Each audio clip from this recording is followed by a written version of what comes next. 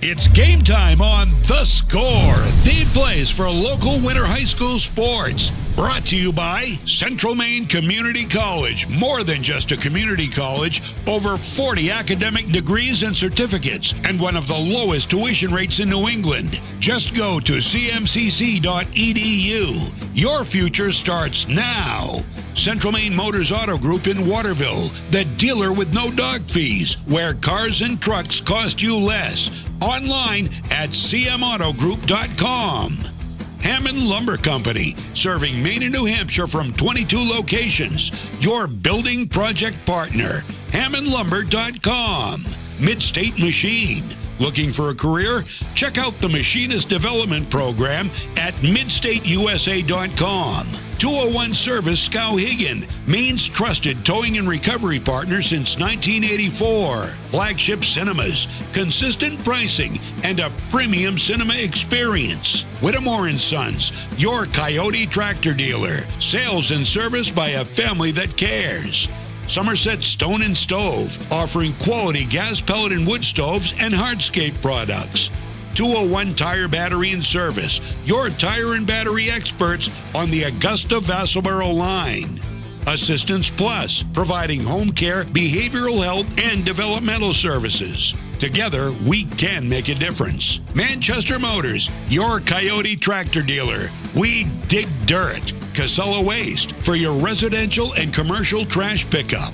Computer Improvements in Skowhegan. From sales of computers and accessories to service, we're your go-to computer store. Heights Chevrolet. Our family is here for your family. Connected Credit Union. Building lifelong relationships. Get connected. Stay connected.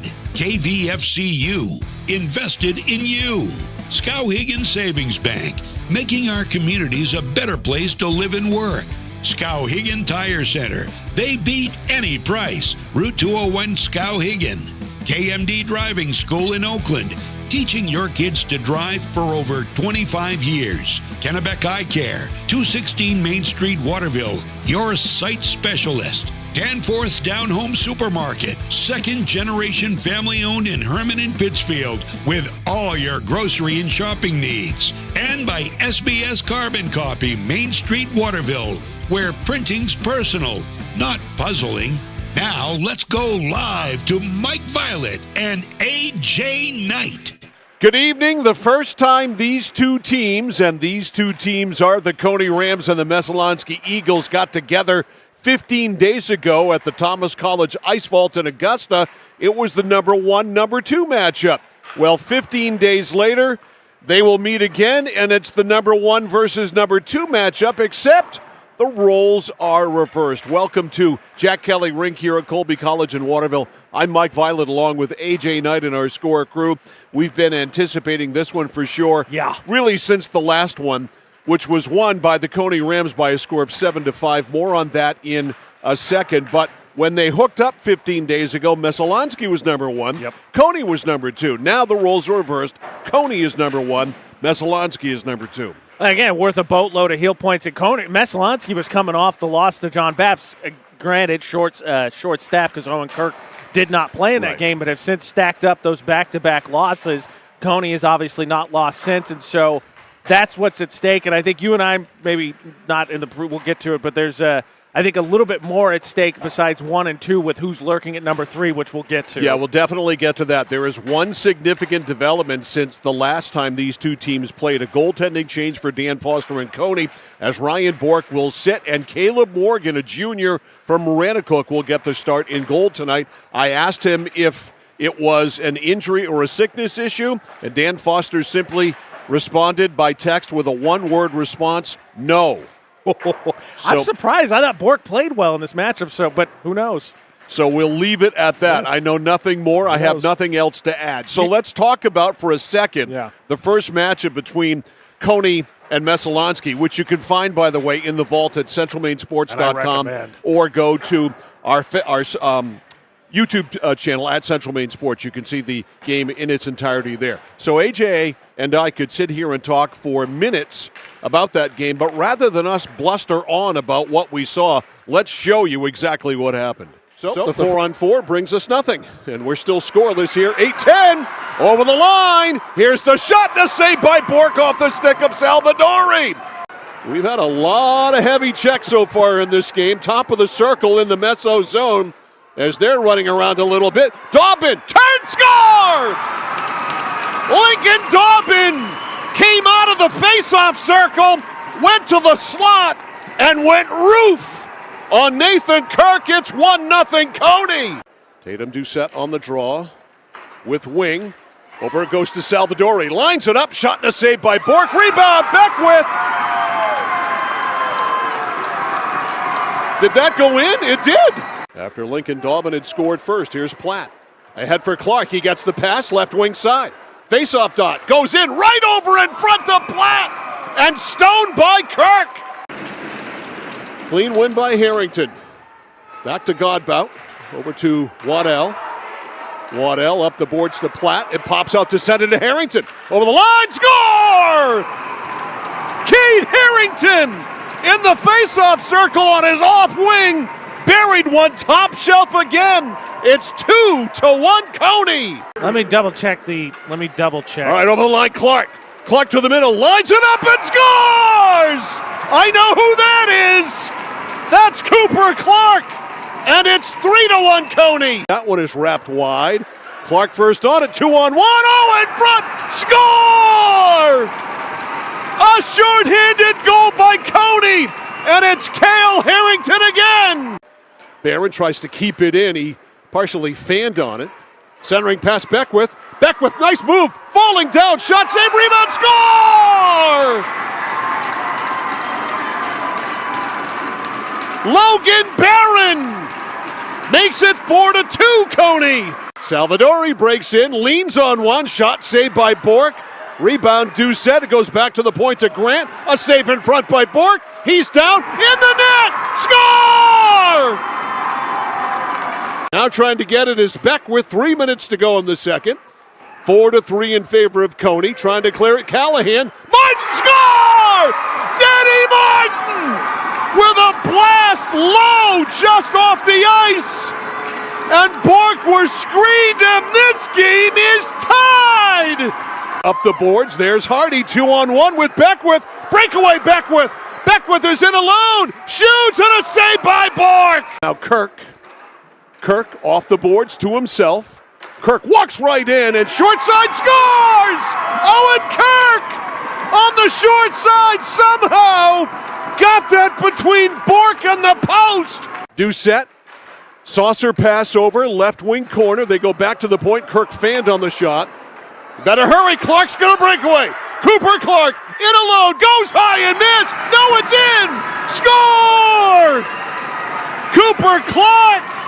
I thought he missed, but he went roof, and he just got it under the crossbar. We're tied at 5. 45 seconds left on the man advantage.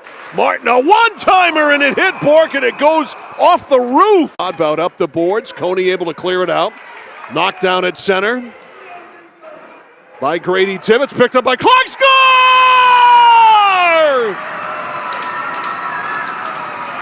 He takes his glove off and goes 1, 2, 3 with his fingers.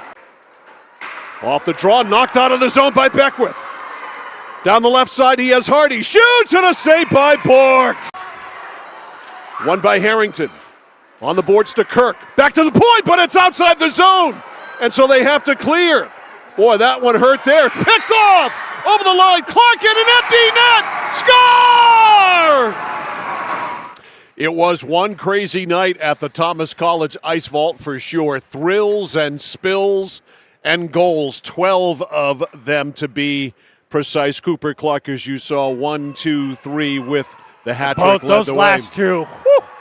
Yeah, they were kind of necessary. That was one of my keys I wrote for this game. One of the differences in that game to me, point blank, Cooper Clark was a star, Owen Kirk was mortal. And we don't say that a lot. Right. So, again, goaltending change. Caleb Morgan starts tonight for Cony, and Nathan Kirk, of course, will start for the Messalonskee Eagles. Let's get a quick break. We'll come back. Hockey puck drop. Meso and Cony should be a wing dinger. It's next on The Score. At Central Maine Community College, we are building things that last. We're investing in technology, new facilities, and offering more degree programs than ever before. You can get the traditional college experience at a fraction of the cost. And for some, it's even free. Wait, did she just say free? That's right, free tuition for Maine high school grads from 2020 through 25. Set your goals and find your path at CM. Let's build a future together. There's money in your unwanted metal. Clark Scrap Metals pays top dollar for any cars, trucks, or scrap metal that you want to get rid of. Stop over, we'll weigh it and give you a check. Got a big job that needs a major cleanup? We'll drop off and pick up one or more of our roll-off containers for residential or commercial work. And at Clark's, we crush cars. We travel statewide and offer fair prices. Locally owned for 3 generations, no one knows scrap metal like Clark's. In Chelsea, Hollowell, and Jay. Online at clarkscrapmetals.com. It's that moment when everything comes to a halt. Mom, is everything okay? It's okay. We can call for some help.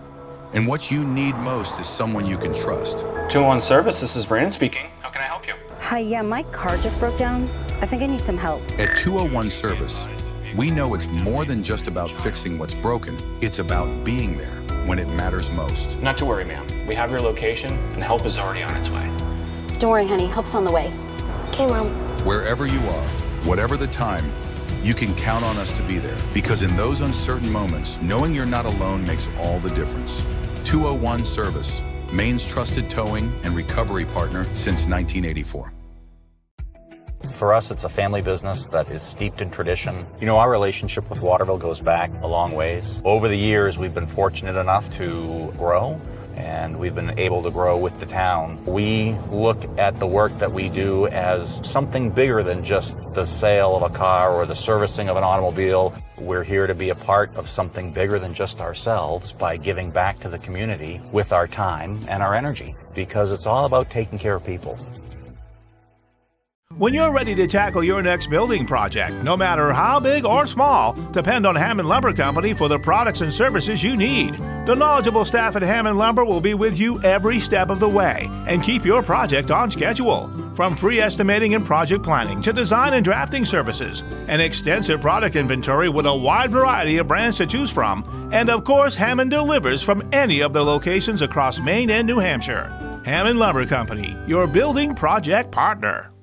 At Midstate Machine in Winslow, Maine, we manufacture complex components and large-scale turbines that power industries across aerospace, defense, and energy. We're hiring CNC machinists. And whether you're experienced or just starting out, we offer on-the-job training to help you build a rewarding career. Join our Safety First team, where your ideas are valued, and enjoy competitive pay with 2 weeks of paid time off starting on day 1. Apply today at midstateusa.com, where your career powers the future.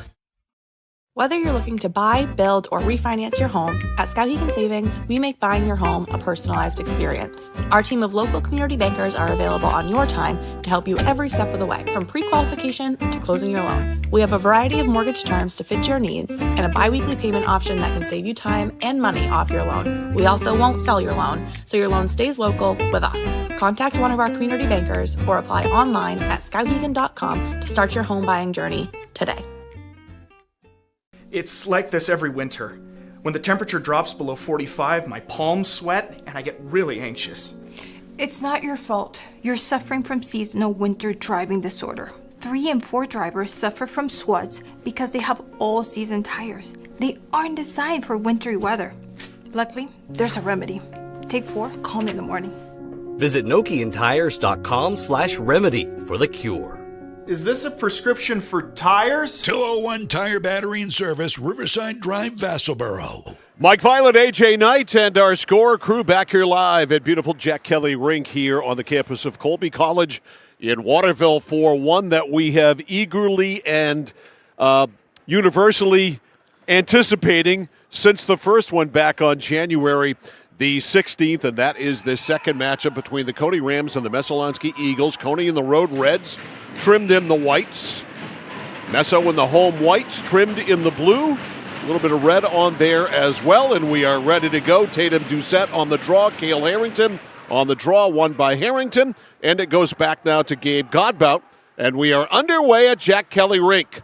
Pass right up the middle to no one in particular. This is all the way down, and 13 seconds in, we get an icing call here on the Cony Rams. Faceoff will be to the right of Caleb Morgan, who is getting the start in this huge matchup here tonight. Morgan, a junior like Ryan Bork. Bork is dressed.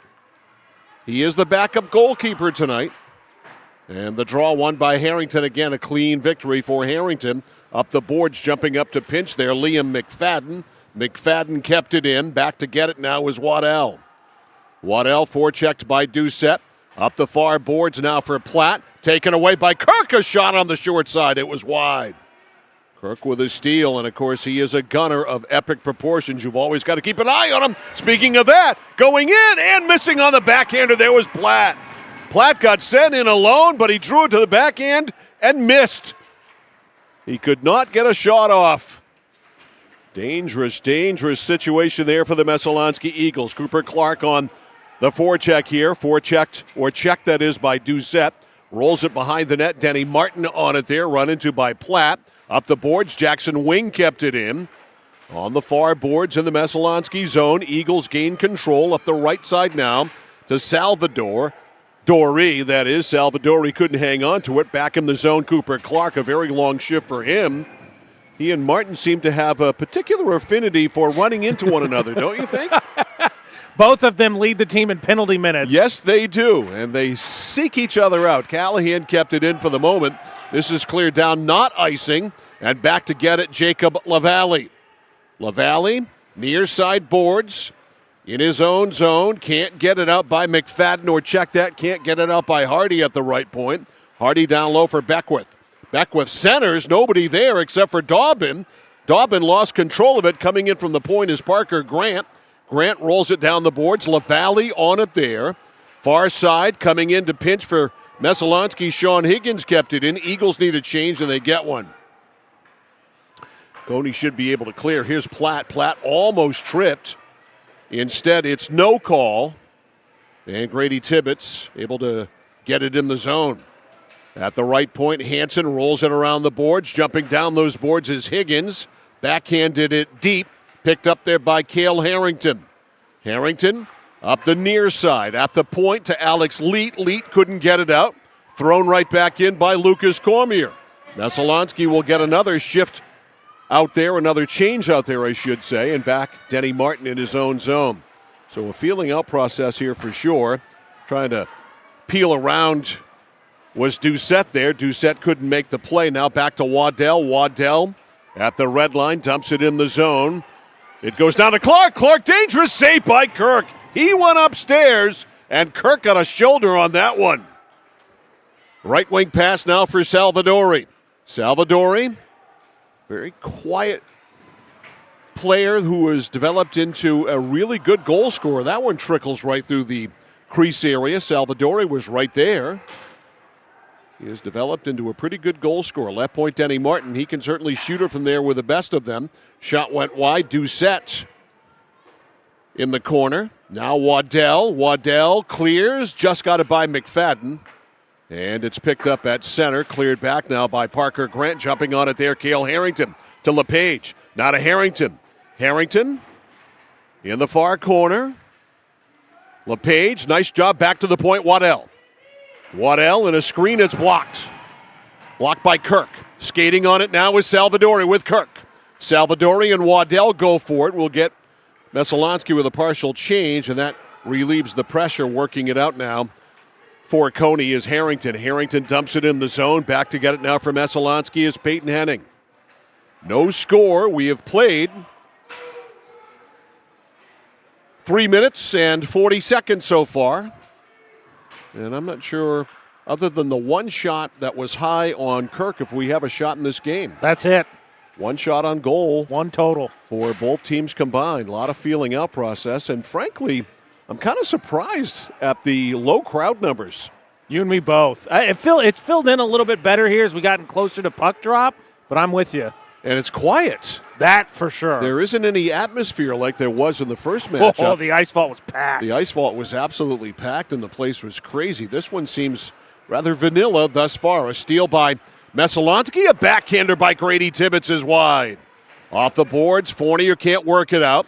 Now back to get it. Callahan. Callahan at center. Sends Dobbin away. Dobbin over the line. Dobbin a good stand-up check there by Liam McFadden. Stopped the play just inside the blue line. We get a whistle, and perhaps the puck is covered down there. Let's say sliding it, losing an edge there. Messalonskee defenders come in and took everybody out. So the draw will be outside the Messalonskee zone. 10:22 to go in the first period.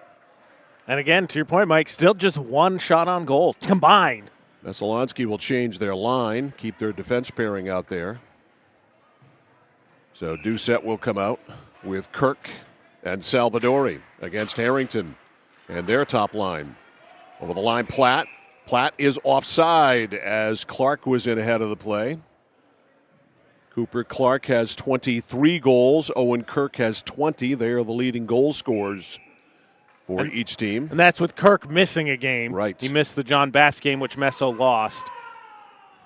Face off outside the Messo line again. Doucette and Harrington to the boards. Slid in quickly by Platt. Right back out, though, Salvadori. Salvadori goes wide, slides it on, and Morgan has to steer it away with his stick. Certainly not a dangerous shot at all. Martin jumps up, keeps it in at the point. Now it's cleared out. Here's Platt. Platt and Clark. Oh, diving play there by McFadden. That broke up what might have been a breakaway. There's a pad save by Kirk there off the stick of Platt. Puck squirts up into the air at center. Messalonskee jumps on it. Big check there at the line, laid on a Cony player by Owen Kirk. Now the Eagles diagonally. It's back in. They've got a clear. There's some shoving here away from the puck. Unsurprisingly, Cooper Clark involved. Cooper Clark is in the mix. Here's LePage with a loose puck to Waddell. Waddell bumped there. Good open ice body check by Liam McFadden. Now Clark works it in the zone. Rams have it on the boards. LePage trying to pull it out of there. Instead, he left it. It slides through the slot area. LePage jumps over, beats Martin to it. Now picking it up is Barron. Barron can't clear. At the right point, kept in, but a bad pass at the point by Gabe Godbout escapes the zone, so Cony's got to touch up and clear it out. And they finally do at center. That is almost broken up by Harrington. Now Barron trying to break away. That's broken up by Alex Leet. Leet had it poke checked away by Beckwith. Now over the line, Harrington. Harrington lost it. Picked up by LePage. These teams coming out rather sluggish, I'd say, here in the first half of the period. And both had a week off before this game. Yes. Here's McFadden off the boards, picked up by Harrington. Harrington, nice move away to skate it out to the line. The shot glove saved there by Kirk might have been high, but Kirk not taking any chances. Hangs on, and with 8:19 to go in the first period, faceoff will be to the left here of Nathan Kirk, the sophomore goaltender. That really, again, we showed you the highlights from the first game. 12 total goals. Momentum didn't exist in that one. It was just whoever had the puck. Well, maybe we got spoiled. Off the face-off. That one slides right through, nets off the moorings. That one went right through the blue area of the crease. And the net ended up off its moorings. That is a break. Harrington was inches away from just being able to tap that one in. All right, it is Clark on the face-off with Doucette. Clean win by Clark. Back to LaValle. Save there low by Kirk. Puck goes to the corner. Grant trying to cherry pick it out of there. Cannot, and it goes out in front and gloved by Kirk, and he will hang on and get yet another face-off with 8:04 left in the first. Tonight's game is brought to you by Central Maine Community College, more than just a community college with over 40 academic degrees and certificates to choose from. One of the lowest tuition rates in New England. Your future begins at cmcc.edu. That one went, it didn't go outside the line. It was a hand pass by Cony. And so a hand pass will result in a face-off being back in the Cony zone to the right of Caleb Morgan, getting the start in goal tonight rather than Ryan Bork. Doucette and Harrington. Face-off is won by Messalonskee, and trying to get control of it was Tibbetts at the point. He had it for a second, then lost it. It's worked out by Cony. Getting back on that, Kirk. Kirk lost it. Here's Harrington. Harrington over the line. Clark head of the play. He's in alone. He missed on the glove side. He went upstairs, and he missed on the glove side of Nathan Kirk.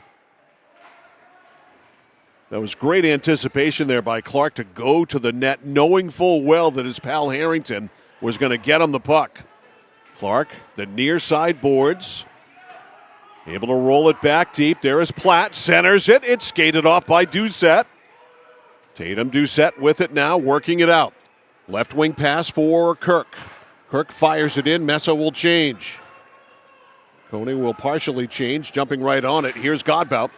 Godbout scales it in, rolls around the boards. McFadden run into there by Fournier, but he got it up and out of the zone. Over the line is Hardy. Hardy centers it, and down is McFadden, and McFadden really got hurt. He left his stick on the ice, and he hobbled as we've got our first penalty of the game. He hobbled to the bench. And he immediately grabbed his knee after that collision. I think he knocked knees. Meanwhile, we have got a holding call coming up here on Beckwith, perhaps? Alex Beckwith is going to the penalty box. And both these teams, both coaches talked about how important it is to stay out of the penalty box. Ironically enough for Messo, they've got to be double careful if they go man up, which likely with Cony's averages will, because Cony's really become adept at scoring shorthanded. So Beckwith for a hold at 8:14. And the draw to the left here of Kirk. It is Lincoln Dobbin on the faceoff. Clark is playing a point, I believe. Dobbin gets thrown out. LePage will take it. Actually, no, Clark is not out there. He'll be out there pretty soon, though. That is slid wide of Kirk. Near boards. Picking it up. Callahan works it deep. Centering pass. A shot, a one-timer, and it's blocked. LePage fired one. It was blocked. And we've got, there's a shot and another save by Kirk. And I believe we've got another penalty coming on Messalonskee. That was a delayed call as Morgan had made it to the bench. The official outside the zone made the call. And it looks like it's Denny Martin. I think cross-check, I believe, was the sign.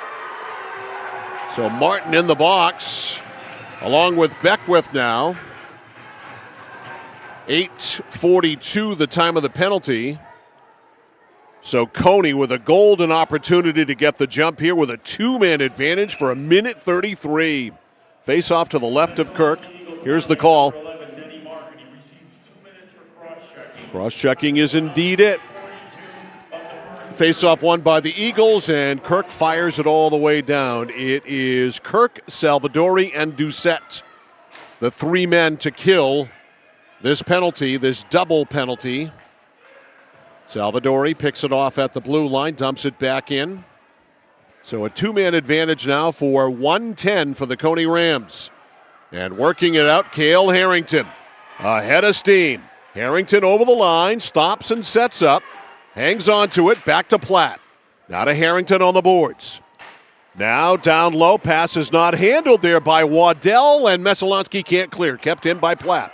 Platt's pass is blocked by the stick there of Salvadori. Now down low to Clark.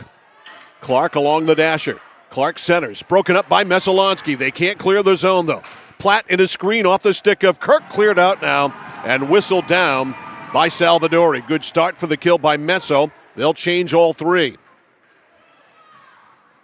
Good to see I guess Barron back out there, right? He was the one that went out. I thought it was Liam McFadden. Oh, was it McFadden? My apologies. But he's out there too. So okay, whoever it was, they're back out. They're back. All right, 3-on-1 over the line. LePage behind Platt, trying to slide it over there to Godbout, and it was behind him. Boy, what a great opportunity that was for Cony on that break. A two-man advantage here for 5 more seconds. Waddell backhands it down the boards. Down to get it is Leet. Leet down low. We have one man back, so it's 5-on-4 now for Cony. Messo clears. That looked like it cleared. Now they do clear it. Breaking it out is Beckwith. Just out of the box. He might break it alone. That's saved by Morgan. Rebound. Score! Morgan got the first one, but Beckwith got his own rebound and beat him. It's a shorthanded goal, and Messalonskee leads it 1-0. Messo went from jumping up enraged at the fact that looked like it went over the blue line. It should have been offsides. All of a sudden, just kidding, let it play out, and Beckwith takes it home shorthanded. Time of the goal, 10:29. That should be unassisted. We will wait for the announcement. And Messalonskee leads it 1-0. It is Daubin and Doucette on the draw. Morgan made the first stop. Could not make the second one. On the rush, Leet knocked down by Doucette. At the line, Eagles clear. Doucette works it down. And Messalonskee survives. Not only do they survive, they score. Here's the announcement. It is unassisted at 10:29, so we are back to 5-on-5. Messalonskee scores a shorthanded goal, and they lead it 1-0. Under 4 minutes to go. It slid all the way down. It's icing here on Messalonskee, and they'll bring it back and face it off in the Eagle zone to the right of Nathan Kirk, who's got a goal to work with here. As we saw in the first game, though, no lead is safe. Yeah. It doesn't matter. We had 4-1 lead blown. We had a 5-4 lead by Messo blown. The 4-1 lead blown by Cony. Clark off the draw. Stick save by Kirk. Platt with the rebound. Platt centers it. Oh, Harrington whistled it wide from short range and tight. On the forehand, he was only about 7 or 8 feet away. A one-timer there, and he fanned on that. Trying to slap this out is Logan Barron. He could not. It's off the stick there of Kirk to the near boards. Messalonskee running around in its own end here. Got to get control of things. Waddell, face-off circle. Shot whistled wide. That had a lot on it. At the left point, unable to keep it in. Godbout, we got a whistle. Offside. It is offside. Okay. So they got it out, then worked it back in. So it is offside. Messalonskee will happily take the face-off here. They were running around. 3:21 to go in the first. It's 1-0 Cony. Messo. To this point, Mike, the shots are 6-2.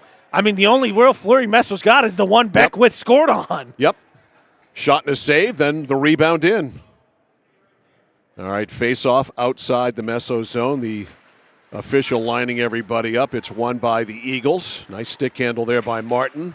Martin lost it, though. Back to the Messalonskee line. McFadden is the player who hobbled off, and it's good to see him back.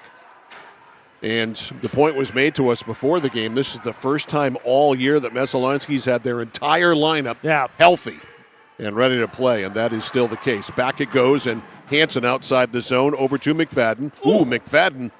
That would have hit somebody on the Messo bench if Denny Martin hadn't gotten in front of it. Yes, it would have. McFadden, McFadden got it up to Hansen. Hansen lets it go in the zone. First on it there is Callahan. Callahan to the near boards. At the point, McFadden kept it in. Right at the side of the net. Pad save there by Morgan. Around the boards, Doucette and Salvadori battling Callahan. Callahan hit both of them on that particular play. Now it's Caleb Lorette. Lorette skates it out of the zone. Backhands it up over the line. A jam on the boards as we get Jacob Lyons out there. He is a sophomore. Here's Doucette with speed. Doucette in. He got hooked from behind. And a penalty is called here on Alex Leet as Tatum Doucette was walking in alone. And Leets with the penalty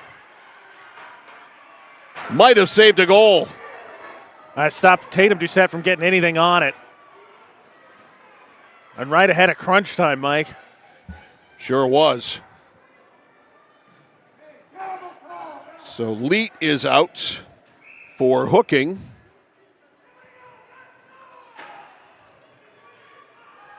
At 12:54. And it is crunch time, and crunch time is brought to you by Clark Scrap Metals. Don't fix it, scrap it. Clark Scrap Metals, locations in Chelsea, Hollowell, and Jay. And crunch time is even crunchier now for Cony because they are down a man. We got a stick that was lost in front of the net, picked up by the Messo player that lost it. Martin from the point, sticked away by Morgan. Doucette with the rebound, face-off circle. Drops it back to the point to Kirk. Kirk slides one on the ice, blocked in front. Beckwith trying to poke at that rebound. Now trying to jump on the loose puck is Clark. Clark 2-on-1. Picking up Harrington, and it's slapped away by Martin. Martin and Clark. That is always a battle. That one's cleared up by Kirk. Head of steam. Owen Kirk makes a fancy move, but staying with it all the way was Zach Waddell, and he cleared it all the way down. We're halfway through the power play, and 1:08 left in the first period. 1-0 Messalonskee on a goal by Alex Beckwith, shorthanded. Now control of it, LaValle. LaValle scales it all the way down. Kirk missed it. Salvadori, as it came around, is challenged for it by Clark. Salvadori got it back to Denny Martin. 45 seconds left. There's a 4-second difference. 4 more seconds on the time clock than on the penalty clock. Here's Salvadori. Salvadori over the line. Salvadori goes wide. Bottom of the circle. Drops it back for Doucette. Doucette face-off dot. Shoots, and it's wide, short side, and it comes all the way out. And Martin has to go back and fetch in his own zone. Martin checked on the play by Wing. Nice pass up the left side. Here's Higgins. Higgins over the line. Check that. Kirk, a shot and a save by Morgan. Puck is loose right out in front. The rebound is another save by Morgan. That was Doucette with it. 15 seconds left in the period. 7 seconds left on the man advantage. Puck loose in front. Platt on it. Now a backhander by Doucette is wide. The Cony penalty has expired. And the period is about to expire, but before it does, Owen Kirk scores! 0.6 seconds left on the clock. And Owen Kirk makes it 2-0. And again, he did that fascinating thing where somehow, some way, he just finds a way to stick it in between the pipes. Time of the goal, 14:59.06 to make it 2-0. Puck drop, period over. Owen Kirk. One period of play, Messalonskee 2, Cony 0. Messalonskee goal scored by number 5, Owen Kirk. Unassisted. Yep. So we've got 2 unassisted goals, one of them shorthanded, and we have a very exciting finish to the first period. The score at the end of 1 from Jack Kelly Rink at Colby College in Waterville. The Messalonskee Eagles 2 and the Cony Rams 0. You're watching and listening to high school hockey on The Score. Hi, this is Mike Perkins from KMD Driving School. I've been instructing your children in driver's ed for years. We're accepting new students for the fall and winter classes. Let the professionals teach your children. Call 465-4835. Sign them up for KMD Driving School. New classes begin every 3 weeks. Call 465-4835, 465-4835, or visit us online at kmddrivingschool.com. The journey begins with us. KMD Driving School. At Danforth's Down Home Supermarket, they're proud to be a second-generation family-owned grocery store with locations in Hermon and Pittsfield. They focus on providing fresh produce, high-quality meats, delicious bakery items, and a well-stocked deli. Danforth's Down Home Supermarket cuts and grinds fresh meat daily, and they offer Maine lobsters year-round. They also bake fresh bread, pastries, and other sweet treats every single morning. For added convenience, online shopping is available at their Hermon location with contactless curbside pickup ready in as little as 2 hours. Come discover Danforth's Down Home Supermarket. Whittemore & Sons, your Coyote tractor dealer. Dependable sales and service for over 50 years. We are located on the Waterville Road in Skowhegan. Sales and service by a family who cares. At Haight Chevrolet in Skowhegan, our family is here for your family. And our family has been providing affordable, reliable transportation to families in central and western Maine for 113 years. You don't have that kind of longevity in the car business without building strong, trusting relationships with customers from one generation to the next.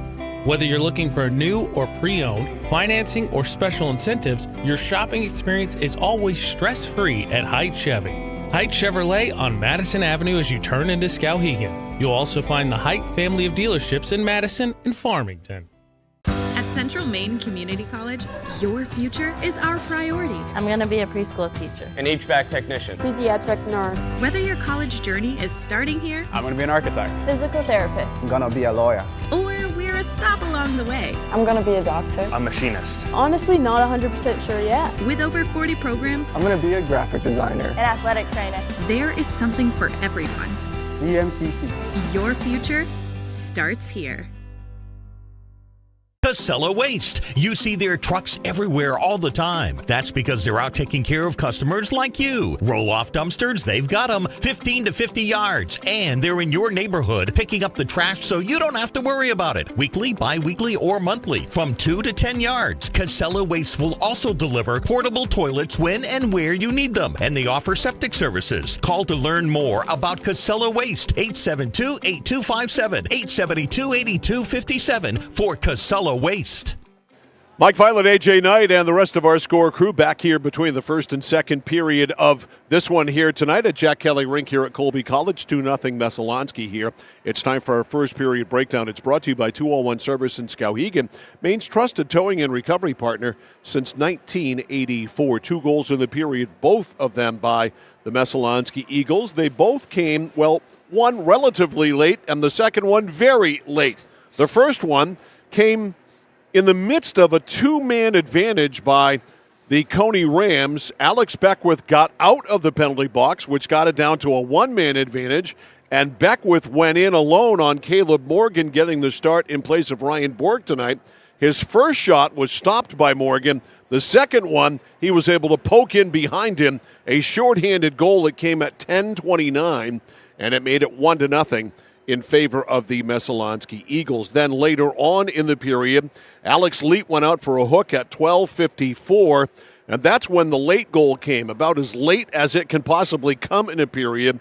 In fact, it came at 14:59:06, and it was Owen Kirk right there with 0.4 left on the clock, unassisted, to make it 2-0. Shots in the first period, Messalonskee with 9, and the Cony Rams with 6 penalties in the period, each team with 2 penalties, because as we went to break, we found that Connor Callahan was called for a high-sticking penalty on the goal that was scored by Owen Kirk.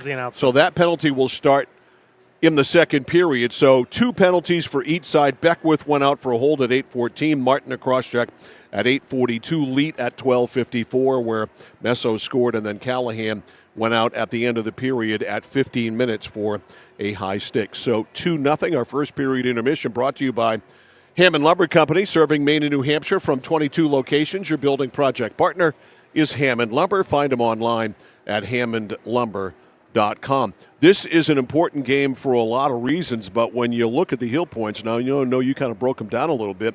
A loss tonight, particularly by Messalonskee, not only would be a loss, but it might be a loss in the latest heel or the next heel point standings that come out. Yeah, well, obviously you talk about the build-up. It's 2 versus 1 again in Cony versus Messo, which it was the first time, but it flip-flopped with Cony getting the win. So obviously 2 versus 1 again with winner, you assume, being moving up to number 1. The thing that I found interesting is a little bit, I don't want to say disrespected, but John Babs has kind of skated by, I think, not nearly as publicized as Cony and Messo, maybe because they do it a little bit more nitty-gritty, having seen them firsthand. But they're 9-1, and they own a win over Messalonskee. Again, Kirk didn't play in that game, and I took a look at the heel points. So John Babs, as the 3 seed currently, is 48.87, cutting off some of the decimals. Messo at 2 is 54.36, and then Cony at 1 is 58.14. So not only is this game just interesting to me matter because it's 1 versus 2, I thought it was interesting because if Messo comes out on the wrong side again, it's not only probably goodbye 1 spot, it's potentially now you're not in the 2 spot anymore because Babs does have the head-to-head with him. And Messalonskee has come out and played like, well, we don't want that to happen. It took a while. It took a second. Frankly, it took the power play for them to get started. Because they were being outshot, 6-2 It was prior to 6-2 at that point, and the 2 were the Beckwith ones, which you saw. He got the first one was stopped, and he poked it in for the second one. But they had just a non-existent offense, and then obviously they ended up, 9-6 ends up being the case, so they end up racking up 7 there basically over the last, what was that penalty, 2 minutes basically. And so we'll see if that continues going forward, if they are able to sustain that offense. But again, as we saw, the first game didn't feel like it started as slow with the feeling out. There were more shots on goals, but if you remember, I think it was just 1-1 after the first period, and then Cony rattled off 3, and then Messalonskee scored the next 4. So, I mean, it's potentially shaping up that way. It's just surprising how long it took to get the offense even getting the puck towards the goal. And this power play that will start the second period for the Messalonskee Eagles, it's a vital kill for the Cony Rams. You give up another one here, and I know in the first game a 4-1 lead was blown. I get all that. We saw the highlights in the pregame show.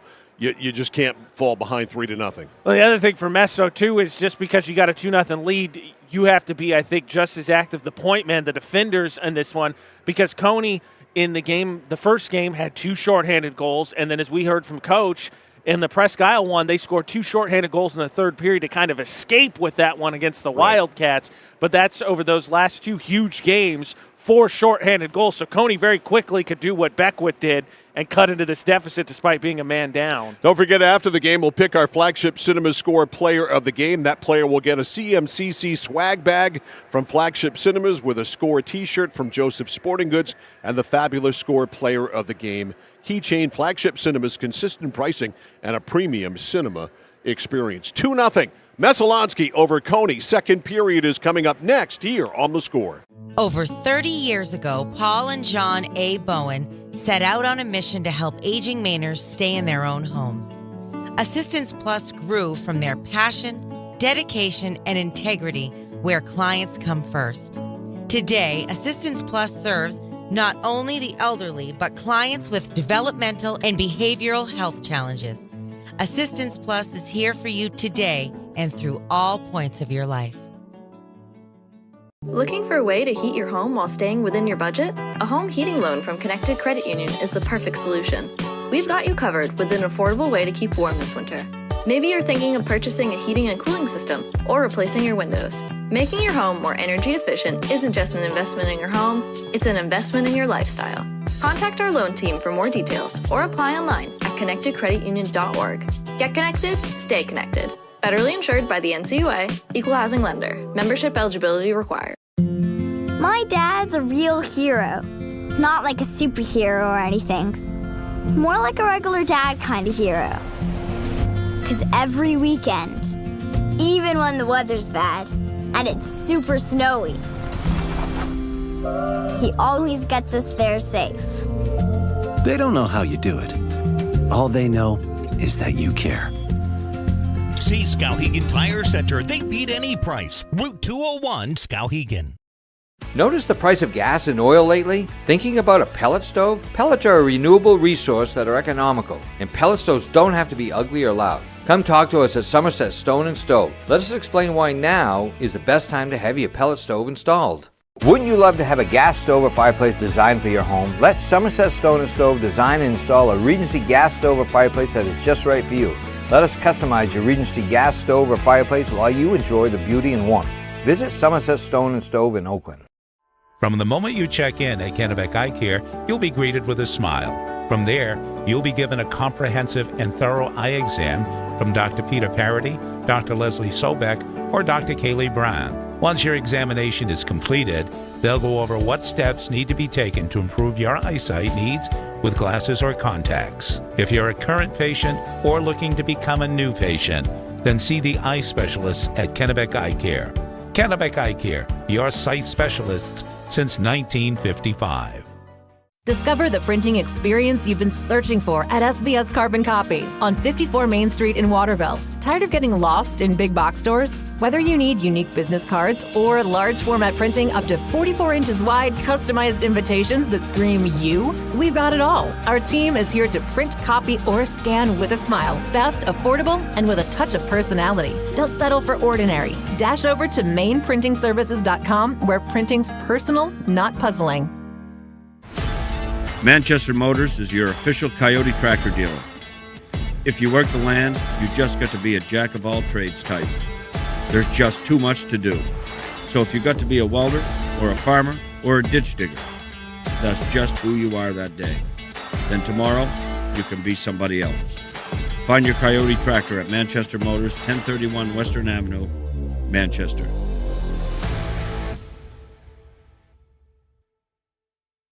At Central Maine Community College, we are building things that last. We're investing in technology, new facilities, and offering more degree programs than ever before. You can get the traditional college experience at a fraction of the cost, and for some, it's even free. Wait, did she just say free? That's right, free tuition for Maine high school grads from 2020 through 25. Set your goals and find your path at CM. Let's build a future together. Alrighty, here we go to the second period tonight at Jack Kelly Rink here at Colby College in Waterville. It is 2-0. Messalonskee on top of the Cony Rams. For those interested, Bowden Colby after one period, 0-0. Colby and Bowden are playing down at Bowden tonight. 1-1, or did you say 0-0? 0-0. And I do not see anybody in the penalty box. So did they release it? Yeah, All right. It must have been the case. Yeah, because it's not I up on thought it was called after the goal was scored. Yeah, it's not up on the board either, so it must have been released. We are starting 5-on-5, so no penalty, so we are starting 5-on-5. The face-off, it trickles down. Morgan lets it go wide over to Godbout over there. Godbout clears it out. This will be icing on Cony here. So there was a penalty prior to the goal scored, which I didn't see called at the time. So Kirk's goal takes the penalty off the board, and so we start 5-on-5. The other thing is to say real quick, because they announced that the Bowden Colby is the big game at the Ice Vault tonight. CMCC and Thomas. Boy, that place must be wacky tonight. I bet so. Might actually be warm in there for once with how many people might be there. Let's not get carried away. Hopefully it's warmer in there than the air temperature outside tonight. It does feel rather balmy in here tonight, that's for sure. The place is a palace. I mean, we can't say enough how great the Colby facilities are. Clark tries to backhand it up the boards out of the zone. Can't. Instead, it's fired all the way down. Back to get it is Cale Harrington. Harrington clears it out. Up to Clark. Clark ridden off the play by Colby Hardy. Clark, though, hustles, gets it. Look out. Clark centers right there, Salvadori. Salvadori can't get it out of the zone. Godbout kept it in. Godbout slides it up. How's Clark alone in front, and he scores! Cooper Clark all alone in front, and he got that puck and turned and shot all in one move, and it was kind of on edge, and it beat Kirk on the stick side, and it's 2-1. How do you lose Cooper Clark? Yeah, what you said. I mean, how is he by himself? I have no idea. That is an even strength goal. Here's the announcement.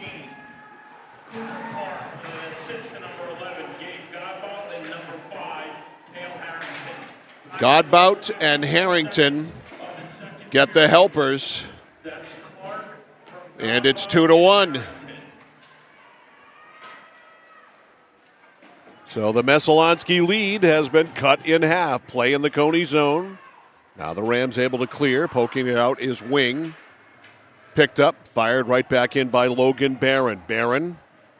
Now Connor Callahan with it. Callahan, nice move. Inside his own line, at the red line, at the blue line. Connor Callahan goes up, lost it, and Beckwith able to work it up and out of the zone. 3 up for Messo, but they're going to change a couple of them anyway. Hustling in on the play to forecheck is Tibbetts, but it is skated up and out of the zone. Working it out, Alex Leet and Denny Martin go for it. Martin and Leet. Martin goes down. Puck is in the corner. Leet centers it in the slot. It rolls back and it goes outside the line.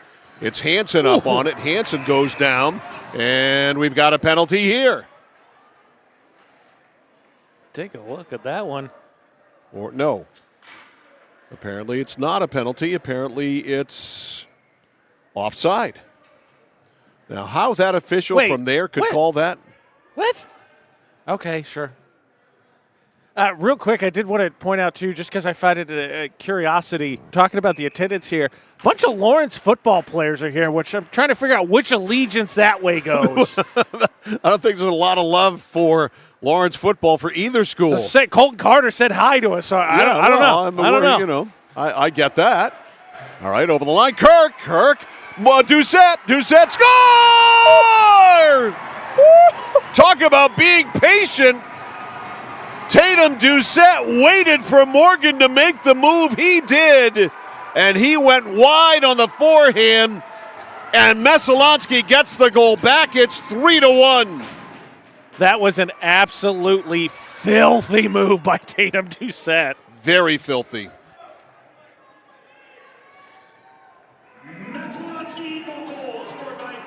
Give Kirk a helper on that one for sure.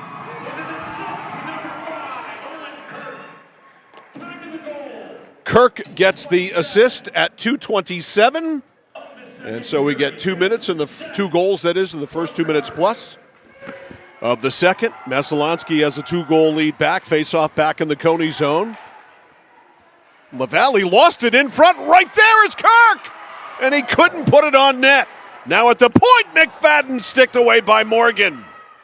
All kinds of pressure here by Messo. There's Salvadoria saved by Morgan. Cony in trouble in its own end. Doucette back to the point. Nobody was there. Denny Martin has to go back and get it. Martin almost gave it away. He did. Almost to LePage. Out of the zone. Callahan dumps it back in, and it is stopped there by Kirk, and now McFadden didn't know where it was. Fortunately for him, there was nobody in red around him. Nice stick handle here by Leet. Leet upended. That is definitely a trip on Denny Martin out. He had the left leg out. And that could have hurt, and it might have hurt Alex Leet. And you can tell as we get a shot of Leet, that was all knee by Denny Martin on Alex Leet. Do we have a replay of that? Yeah, just showed it to you again here on the Mid-State machine. It's a replay. Part of this, I think, is Leet's trying to make a move, but I mean, anybody who's bumped knees before, Leet is up, but right now, no weight on that. Martin's in the penalty box. For tripping at 3:15. And you're Messo. Both these teams have, I think, in the penalty box a lot more than either their coach would like. And that's just, you got the offensive momentum, and now you put Cony man up. Harrington wins the draw. Back to Waddell. Waddell over to Clark. Clark scales it down low. Waddell to get it. On the dasher. Trying to go back to Harrington. He did. Harrington checked on the play, and it's cleared up and out by Beckwith. Now Clark. Clark put it to the boards. Collected there by Grant. Grant able to get it out to center. Coming back in, Clark. Clark over the line. Plops it ahead to himself. Clark checked by Beckwith. Good back check there by Beckwith. Alex Beckwith. You don't want to take any chances with Cooper Clark whatsoever. Cleared out. Here is Platt. Now Beckwith broke his stick, Mike. That's the one down in the corner. He came off the ice. Yeah, good, because there's nothing more useless than a hockey player without a stick. Now it's cleared down by McFadden. And we are almost halfway through the penalty to Denny Martin. 1:05 left on it. 10:49 left in the second period. It's 3-1. Messalonskee. Here's Harrington. Kill Harrington goes wide. Run to the boards there by Tibbetts. Cleared out by Messo.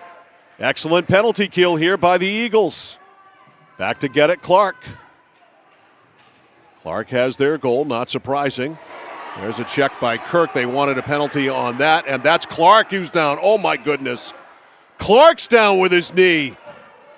Oh, my goodness, no. He's in pain. He got swept hard. Almost, it looks like carbon copy, Mike. Goodness gracious sakes alive. Please be, both of these young men be okay. Clark is writhing in pain. Was it Kirk that hit him? Yeah. Oh, goodness. Two of the best players on the ice, two of the leading goal scorers on the ice, and Cooper Clark in tremendous pain.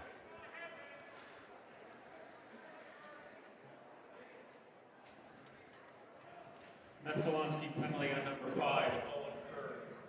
Let's do it one more time. One more time, I want to check his. Whew. Man. I didn't know kneeing was an actual penalty. 5 minutes, too. He got 5? Wow.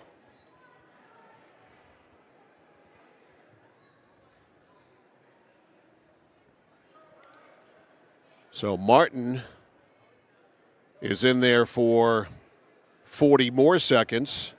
And Kirk gets a 5-minute major for kneeing. That comes at 4:36. And Cooper Clark being attended to here, just an awful scene. Leet was able to get up and get off the ice with help. But Clark, and lately, I will tell you this, lately there have been... That fan, by the way, is the one that was standing right here. Is it? Yeah. The gray-haired gentleman? Yeah, he literally walked over. There have been a plethora of incidents, mostly in basketball, the last several days involving fans literally going onto the court. It happened at an Erskine Academy girls game. Yep. Happened at a game last night. And now we have this fan who went down and yelled at Dennis Martin, the coach, Dennis Martin. And it certainly is. Things have gotten more emotional and volatile as time has gone on. And I encourage enthusiasm from fans and involvement by fans in games as Clark rolls over. It's his right knee. Man, he is still. He's just in terrible pain, and he gets up, which to me is remarkable. But this kid is in terrible pain. You can see it. And I can imagine there's the emotion that goes with getting hurt, but also the emotion with maybe knowing how bad it is at the same time. Right. And what that does to you as well. Mentally, as you said. So, yes. So we have Kirk in the box, 5 minutes, a 5-minute major. And so it's a 5-on-3 advantage here for the Cony Rams in a game that has kind of a dark cloud hanging over it right now with the injuries to Leet and to Clark, what look to be severe knee injuries. LePage slid it wide, off the dasher, picked up by Callahan. 5-on-3 advantage for 20 more seconds, cleared out by Messalonskee. Martin will be out in 15 seconds. Kirk with his 5-minute major. It's going to be a while. Here's LePage up the left side for Lorette. It rolls on, and Kirk handles it. And now it's cleared out by Messalonskee. So not much of a power play, which to me, frankly, isn't that surprising. Cony's got to be emotionally in distress at this time. Their best player, and maybe the best player in Maine high school hockey, is out. Yeah. And looks like he is going to be out for a while. Here's LePage. So they're going to have to step it up if they can get themselves together here emotionally. Lorette can't center it. 5-on-4 advantage now for Cony.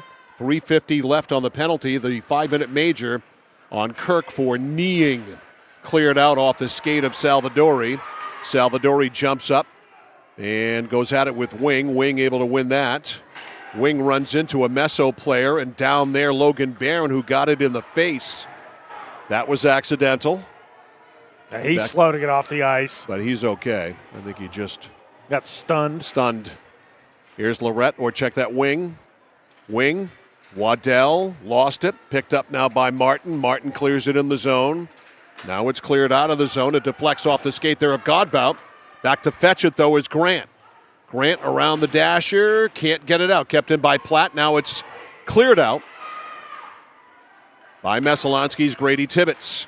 Picked off at center by Beckwith. Beckwith flips it in. Messalonskee will get a change. 5-on-4 advantage here for Cony. Scoreboard reads Messalonskee 3, Cony 1. Here's Platt. Ben Platt. Up over the line. Platt wide. Platt down low. Platt in front. Tried to stuff it in on the backhand, and the short side there held by Kirk. Back it goes. It's Cale Harrington. 2.5 minutes left on the Kirk penalty. 7:55 left middle period. 3-1 Meso. Salvadori forechecking. Very ho-hum power play here for Cony. McFadden gets possession, drops it in. Again, I think the Rams are stunned emotionally by what they've seen. Two players, Alex Leet and Cooper Clark, both hurt with knee injuries on open ice checks that drew penalties for, in one case, tripping, in the other case, kneeing. Cleared all the way down by Messo. Stopped there by Caleb Morgan. Morgan around to the other side to Jacob Lyons, getting a shift as Dan Foster goes to some of his bench. Cleared in by Messalonskee. Now we've got a player down in the middle of the ice. I think it's Doucette. Yeah, it is. Tatum Doucette it. is down, and he can't get up. And if they blew the other place dead, they have to blow this one dead. And finally, it is blown dead. I didn't see it. I completely missed it. Doucette does not appear to have a leg injury. He is up on his skates now as we get the shot of him. And he is off the ice, so I don't want to say he's okay. Leets back in. That's good. That's great to see. So Alex Leet back on the ice, and that is a tremendous thing to see. I'm sorry, I didn't see what you were signaling at, AJ. No, that's just number 6 is back in. Great to see him back up. Ashley pointed it out. Yeah, thanks, Ashley. Nice work, because I didn't see it. So Leet, who's got the puck now, back in the game. Good to see. We can only hope that the same thing happens with Cooper Clark. Yeah. We can only hope.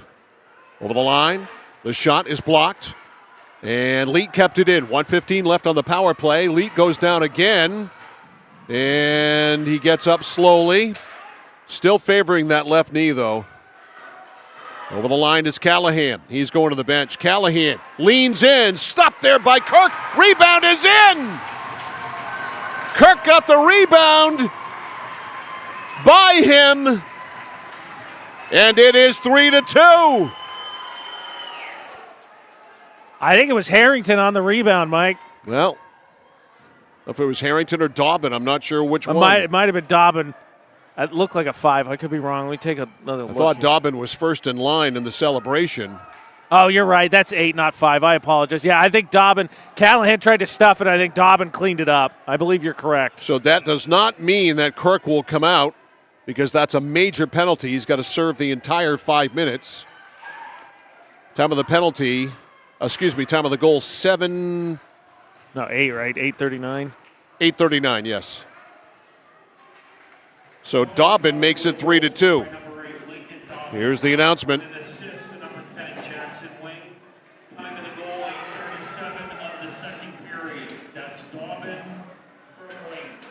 8:37, the time of the goal. Dobbin from wing, 3-2. Still a power play and a save there by Kirk. And he's on the rebound. And now we got a jam in front. And it is not surprising to me, or won't be surprising to me, that this game gets a lot more chippy as time goes on. Yeah, the emotions, I think, were already riding high given the stakes, given the first matchup of these two, and now, unfortunately, what has unfolded here, because as you pointed out, Leet, I think, Mike, as you pointed out, went to give it a test, held his knee, and I think he immediately came back off and said, I can't. We've got a Cony penalty. As going out here is Godbout. I didn't see what that was for. 9:08 is the time of the call. And the faceoff to the left here of Morgan. That is Doucette out there taking the faceoff. With Harrington back to the point. Martin, a blast, and it's blocked in front. Here's the announcement. Slashing is score! Short-handed goal, Cale Harrington!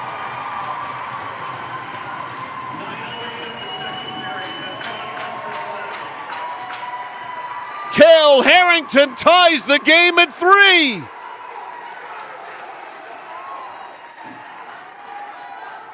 Actually, even strength, right? It was 4-on-4. Yes, you're right. My bad.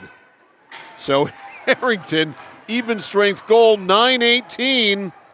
And this one's starting to turn into a carbon copy of the first one. Harrington makes it 3-3. So 4-on-4 continues. Kirk is about to come out. Draw or the puck all the way back into the Messalonskee zone. Here's the announcement. Platt gets an assist.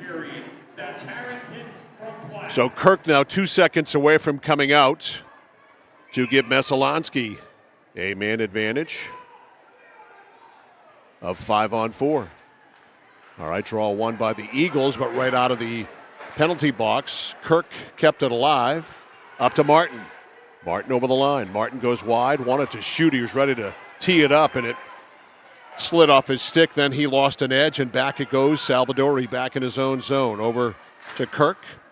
Back to Salvadori on a deflection. Salvadori shot whizzed wide. At the point, there's no one there. And back to get it is Owen Kirk. So a power play here for Messalonskee of 1 minute remaining in it.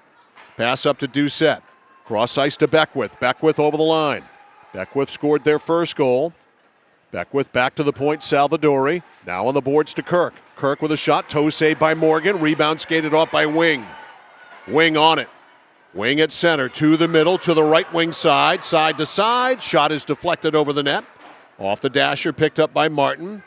Martin all the way to the point. Callahan wrapped it in. Martin is with it again.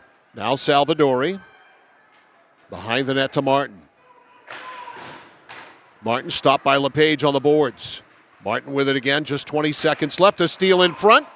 Back to Callahan, a screen drive deflects wide. Now we've got a penalty called on Messalonskee as Morgan to the bench. Now there could be another penalty. This one has gotten ugly. Martin's going to the box. And did they call two on that play or just one? Just one. And Messalonskee's lucky that it's just one.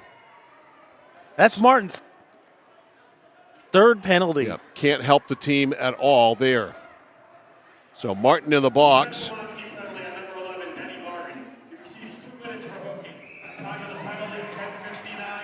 10:59, the time of the call. Hooking. We are 4-on-4. Face off to the right of Kirk.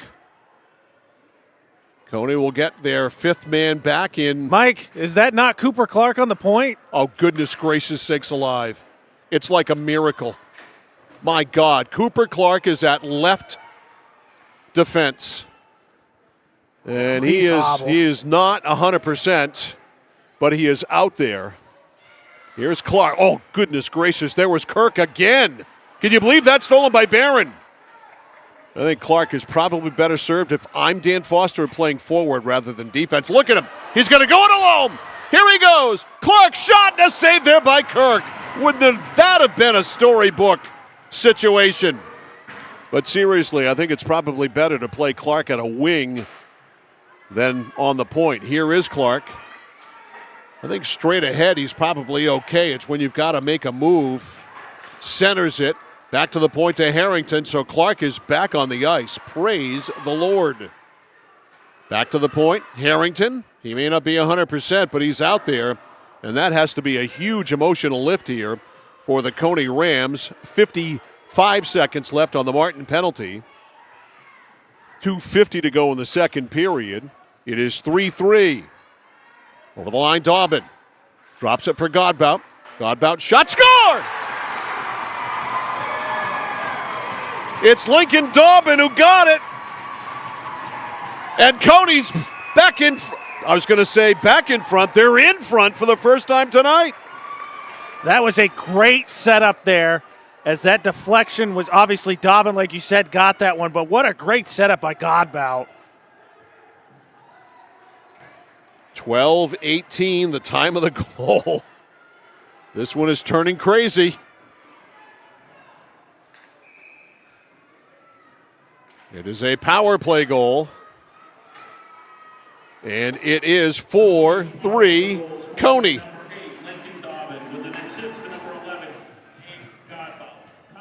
Godbout with the assist.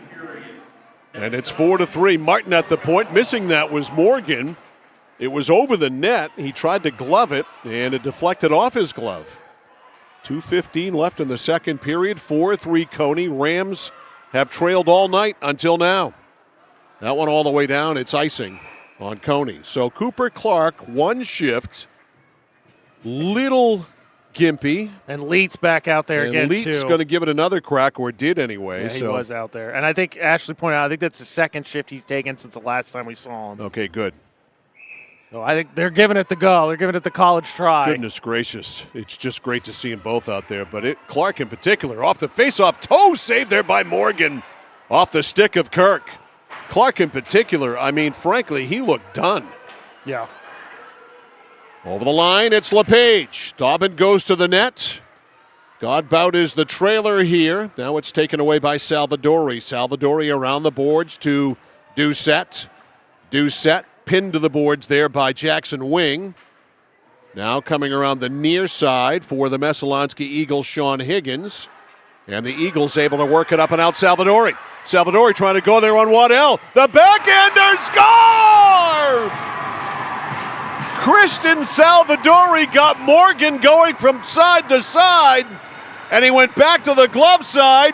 We're tied again. It's 4-4. Okay, so this game's a carbon copy of the last one. There, you said it. It just started a little slower. Unbelievable. Messalonskee Eagle goal scored by number 9, Christian Salvadori, with an assist to number 5, Owen Kirk. Time to goal, 13:28. Ooh! Oh, no. Another collision with Clark. Ooh, he's okay. I don't know if he's okay. He's not as bad as last time. He's up. I'm sorry, I was writing the goal down, and I did not see it at all.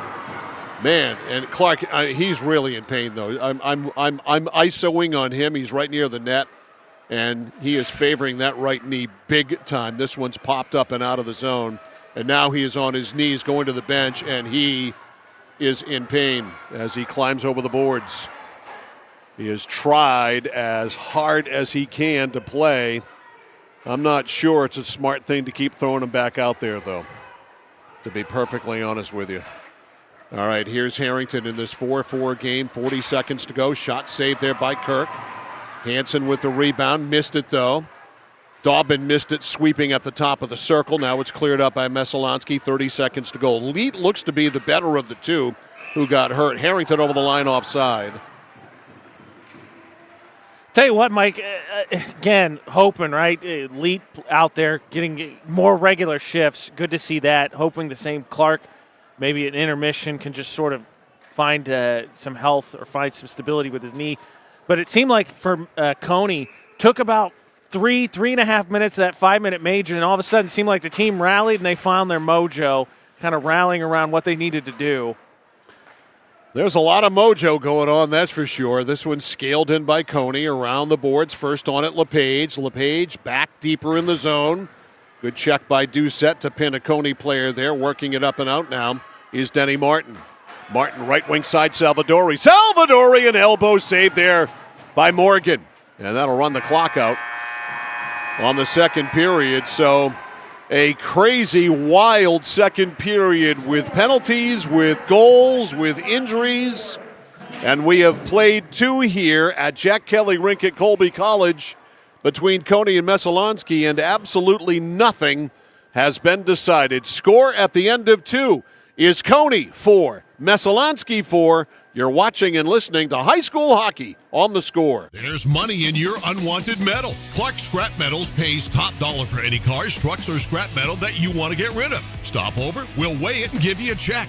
Got a big job that needs a major cleanup? We'll drop off and pick up 1 or more of our roll-off containers for residential or commercial work. And at Clark's, we crush cars. We travel statewide and offer fair prices. Locally owned for 3 generations, no one knows scrap metal like Clark's. In Chelsea, Hollowell, and Jay. Online at clarkscrapmetals.com. It's that moment when everything comes to a halt. Mom, is everything okay? It's okay. We can call for some help. And what you need most is someone you can trust. 201 Service, this is Brandon speaking. How can I help you? Hi, yeah, my car just broke down. I think I need some help. At 201 Service, we know it's more than just about fixing what's broken. It's about being there. when it matters most. Not to worry, ma'am. We have your location, and help is already on its way. Don't worry, honey. Help's on the way. Okay, Mom. Wherever you are, whatever the time, you can count on us to be there. Because in those uncertain moments, knowing you're not alone makes all the difference. 201 Service, Maine's trusted towing and recovery partner since 1984. For us, it's a family business that is steeped in tradition. You know, our relationship with Waterville goes back a long ways. Over the years, we've been fortunate enough to grow, and we've been able to grow with the town. We look at the work that we do as something bigger than just the sale of a car or the servicing of an automobile. We're here to be a part of something bigger than just ourselves by giving back to the community with our time and our energy, because it's all about taking care of people. When you're ready to tackle your next building project, no matter how big or small, depend on Hammond Lumber Company for the products and services you need. The knowledgeable staff at Hammond Lumber will be with you every step of the way and keep your project on schedule. From free estimating and project planning to design and drafting services, an extensive product inventory with a wide variety of brands to choose from, and of course, Hammond delivers from any of their locations across Maine and New Hampshire. Hammond Lumber Company, your building project partner. Mike Violet, AJ Knight back for our second period intermission, and our second period breakdowns brought to you by 201 Service in Skowhegan, Maine's trusted towing and recovery partners since 1984. And holy mackerel, Sapphire, there is a lot to break down as we look at things. It was 2-0 Messalonskee after one. That seems like an awfully long time ago, does it not? But Cooper Clark got Cony on the board 54 seconds into the second period. Assists from Harrington and Godbout at 54 seconds. Inexplicably, the Messalonskee defense lost Cooper Clark, who was all alone in front of the net. He turned, he went stick side, and he beat Nathan Kirk. Even strength goal. That made it 2-1. And the crazy was just starting at that point. Then Tatum Doucette got it back. Doucette scored even strength at 2:27. That made it 3-1 and got, as far as Messalonskee was concerned, order reestablished. But it didn't stay orderly very long for the Messalonskee Eagles, because all of a sudden the comeback began for the Cony Rams. Let's see, Dobbin scored at 8:37 to make it 3-2. Then Harrington tied the game up from Platt at 9:18 to make it 3-3. Then Dobbin put Cony ahead at 12:18. A power play goal from Godbout to make it 4-3. Salvadori tied it up with 1:32 to go. Even strength goal from Kirk to make it 4-4. Shots in the period, 10 for Messalonskee, a two-period total of 19. 15 for Cony in the period for a two-period total of 21. All kinds of penalties in the period, including a 5-minute major on Owen Kirk for kneeing. He kneed Cooper Clark. That resulted in Clark having to be helped off the ice, we thought with a major knee injury. Not more than 7 or 8 minutes of actual play time later, Clark was back on the ice, was certainly not 100%, took another hit later on, got up from that one, and we haven't seen him since. So we've had 2 hits that looked really bad. One of them resulted in Alex Leet at least getting up and getting off the ice. We saw him back. He looked as if he is as okay can be.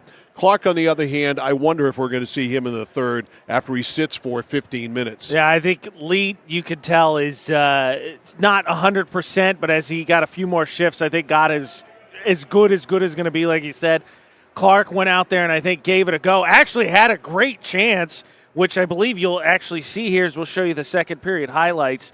You're going to see here, but just to Mike's point, skating in a straight line was not a problem, moving anywhere else, and then he got bumped again, took a second to get up, and as Ashley told us, who's been spotting for us, I guess basically running the camera, back in tears again, I think, in pain, I think activated as he just, I think, frustrated as much as anything as well as dealing with pain, and hope he's okay, even if he's not going to play anymore in this one. Yeah, I mean, look, if you're Cony, you certainly want to win this game, but do I want to win this game and hurt Cooper Clark more than he's already hurt? And who knows what the long-term ramifications and effects of this are at this point in time. Neither of us know anything about the injury at all, but it certainly looked as if when it originally happened, it was significant. Somebody's already texted me and said, do you think that the two plays that resulted in the injuries were, quote, dirty plays?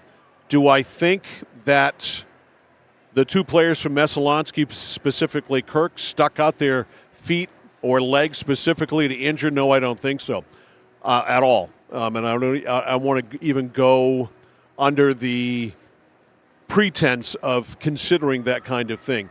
There are, I think, natural reactions, especially in hockey, that occur. Sometimes that seems to be, and it happens a lot. There's a lot of injuries in hockey because of that leg. Game. That leg gets stuck out like that. So no, my answer is no. It's an emphatic no, that I don't think there was a deliberate intent to injure in either case. Now, we saw one fan get all heated up over it, run over to the other side, go down to the glass and yell at Dennis Martin. I don't know if he was escorted out of the building. No, he was back. He was escorted back around, but he was back here to close out the period. He was back over here. Okay, so we'll have to keep an eye on him as well. Yeah. Protect me, AJ, please. I will. But in all seriousness, we've had enough dumb fan activity in high school sports in Maine here the last few days.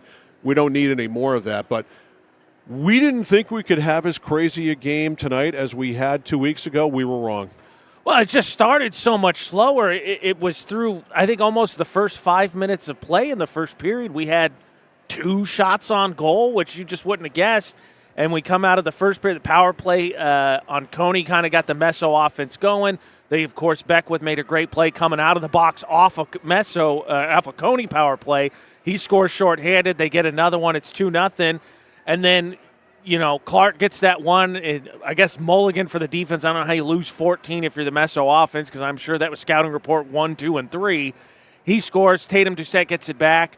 You have the injuries, and there's just kind of the breath stolen from, I think, the arena, because you don't want to see the top players injured on either team. And then all of a sudden, I said, Kirk got a 5-minute major for that knee. The kneeing is what it was called on Clark. It took Cony, I think, about 3.5 minutes of it, and then all of a sudden I think they sort of rounded into form, rallying about what they needed to do, and then they just uncorked the offense and didn't stop, and they score 4 to tie us up 4-4, despite the fact they were trailing 2-0 coming into the second period. Yeah, and I give Cony credit for being able to move on from emotionally what had to be the devastation of seeing Leet and Clark get injured like that, and able to bounce back and come back and tie the game up, take a lead eventually, and now we're tied again at 4. So the similarities between this game and the last one are truly remarkable. We got to get out of here because we're almost ready for the third period. Second period intermission, by the way, brought to you by Hammond Lumber Company, serving Maine and New Hampshire from 22 locations. Your building project partner is Hammond Lumber. Find them online at hammondlumber.com. We go to the third. It is Messo 4, Cony 4, third period action. Next on The Score.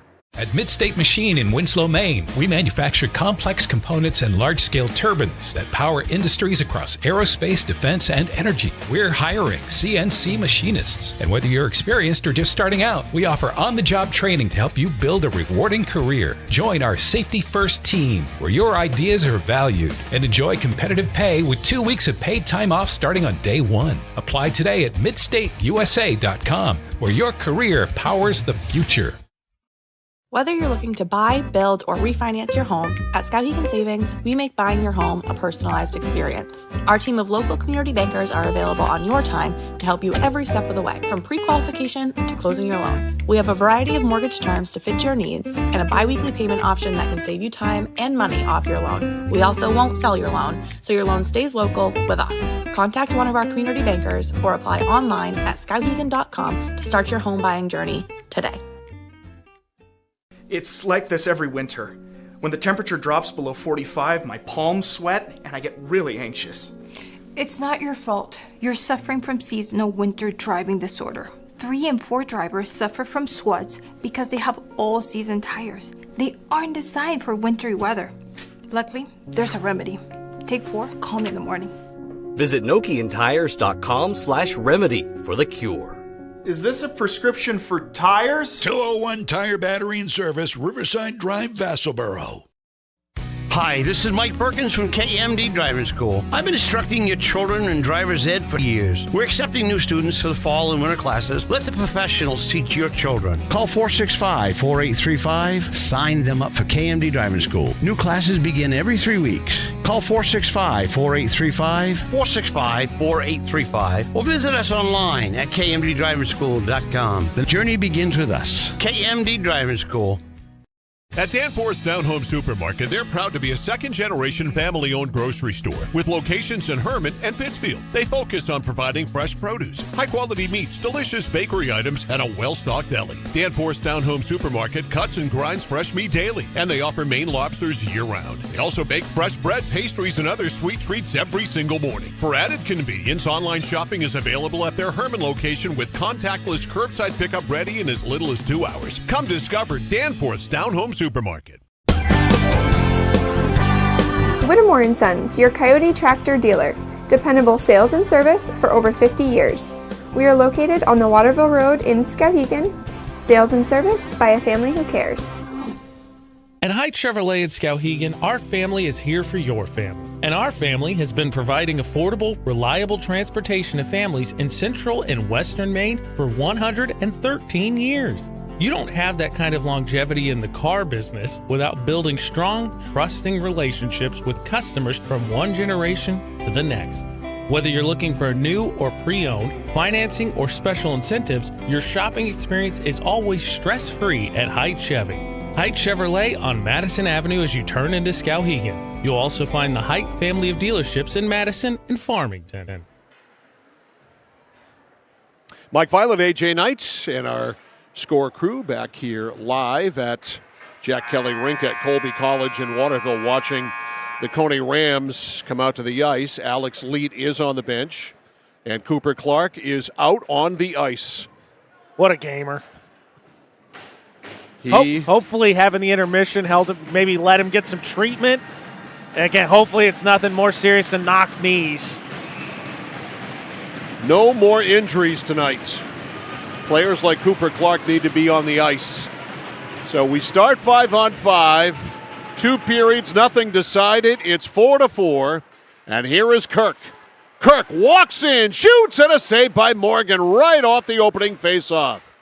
To the boards, Harrington cleared it up. It's kept in by Martin. His shot was blocked. It goes wide. Doucette in the corner. He lost an edge there. Checked by Godbout. Now working it out is Platt. Nope, can't get it by Martin. Martin fires it right back in. Up the near boards. Kept in again by Messalonskee. Off the bench making the play there was Colby Hardy.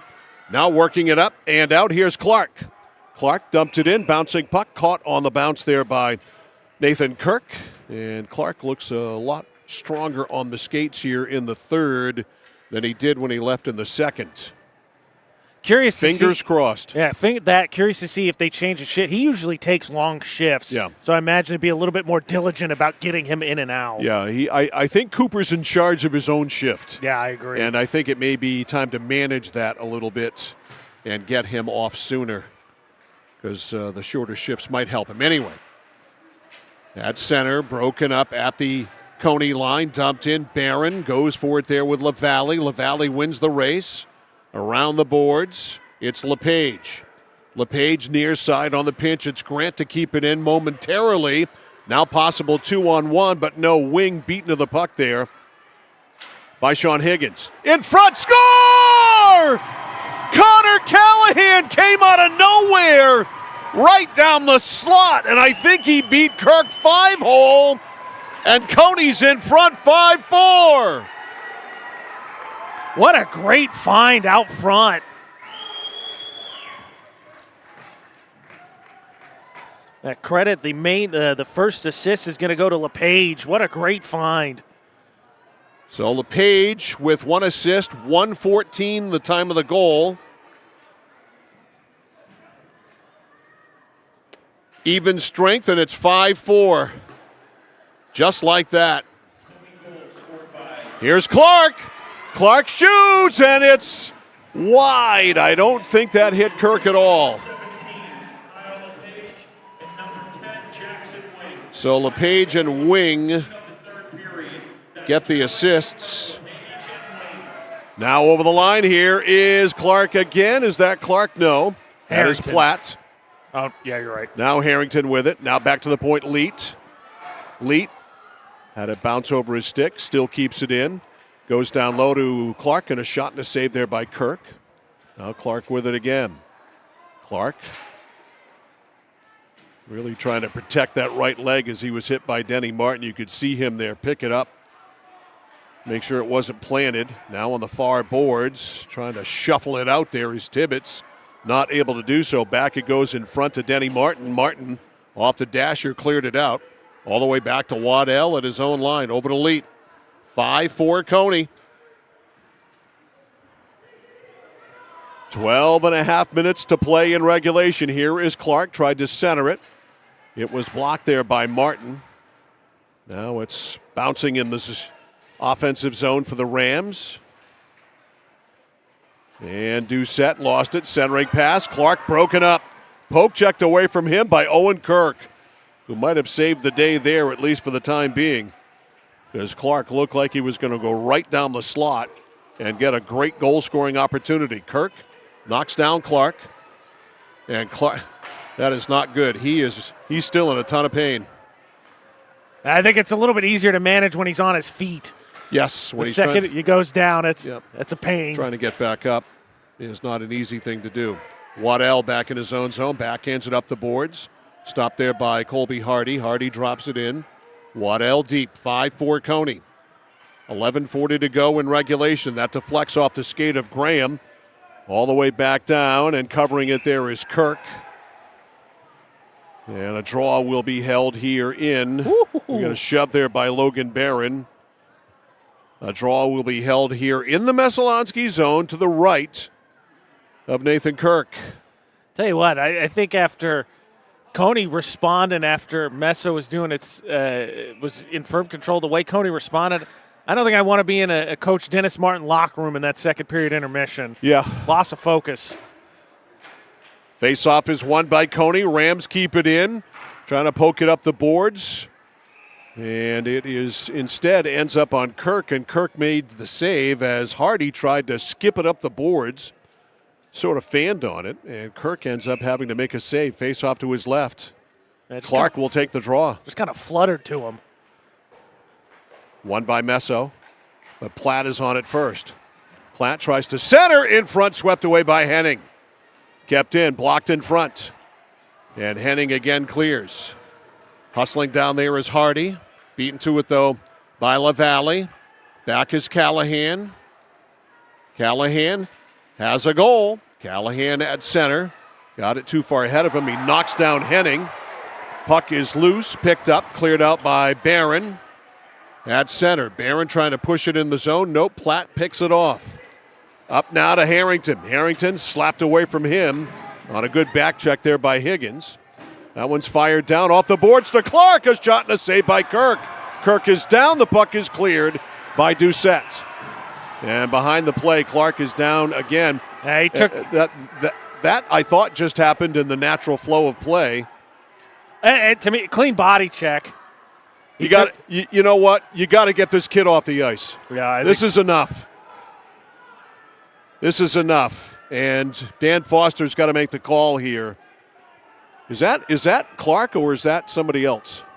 I'm pretty sure it's Clark because he didn't get up. Takes the shot in close. He took the body check and he just didn't get up.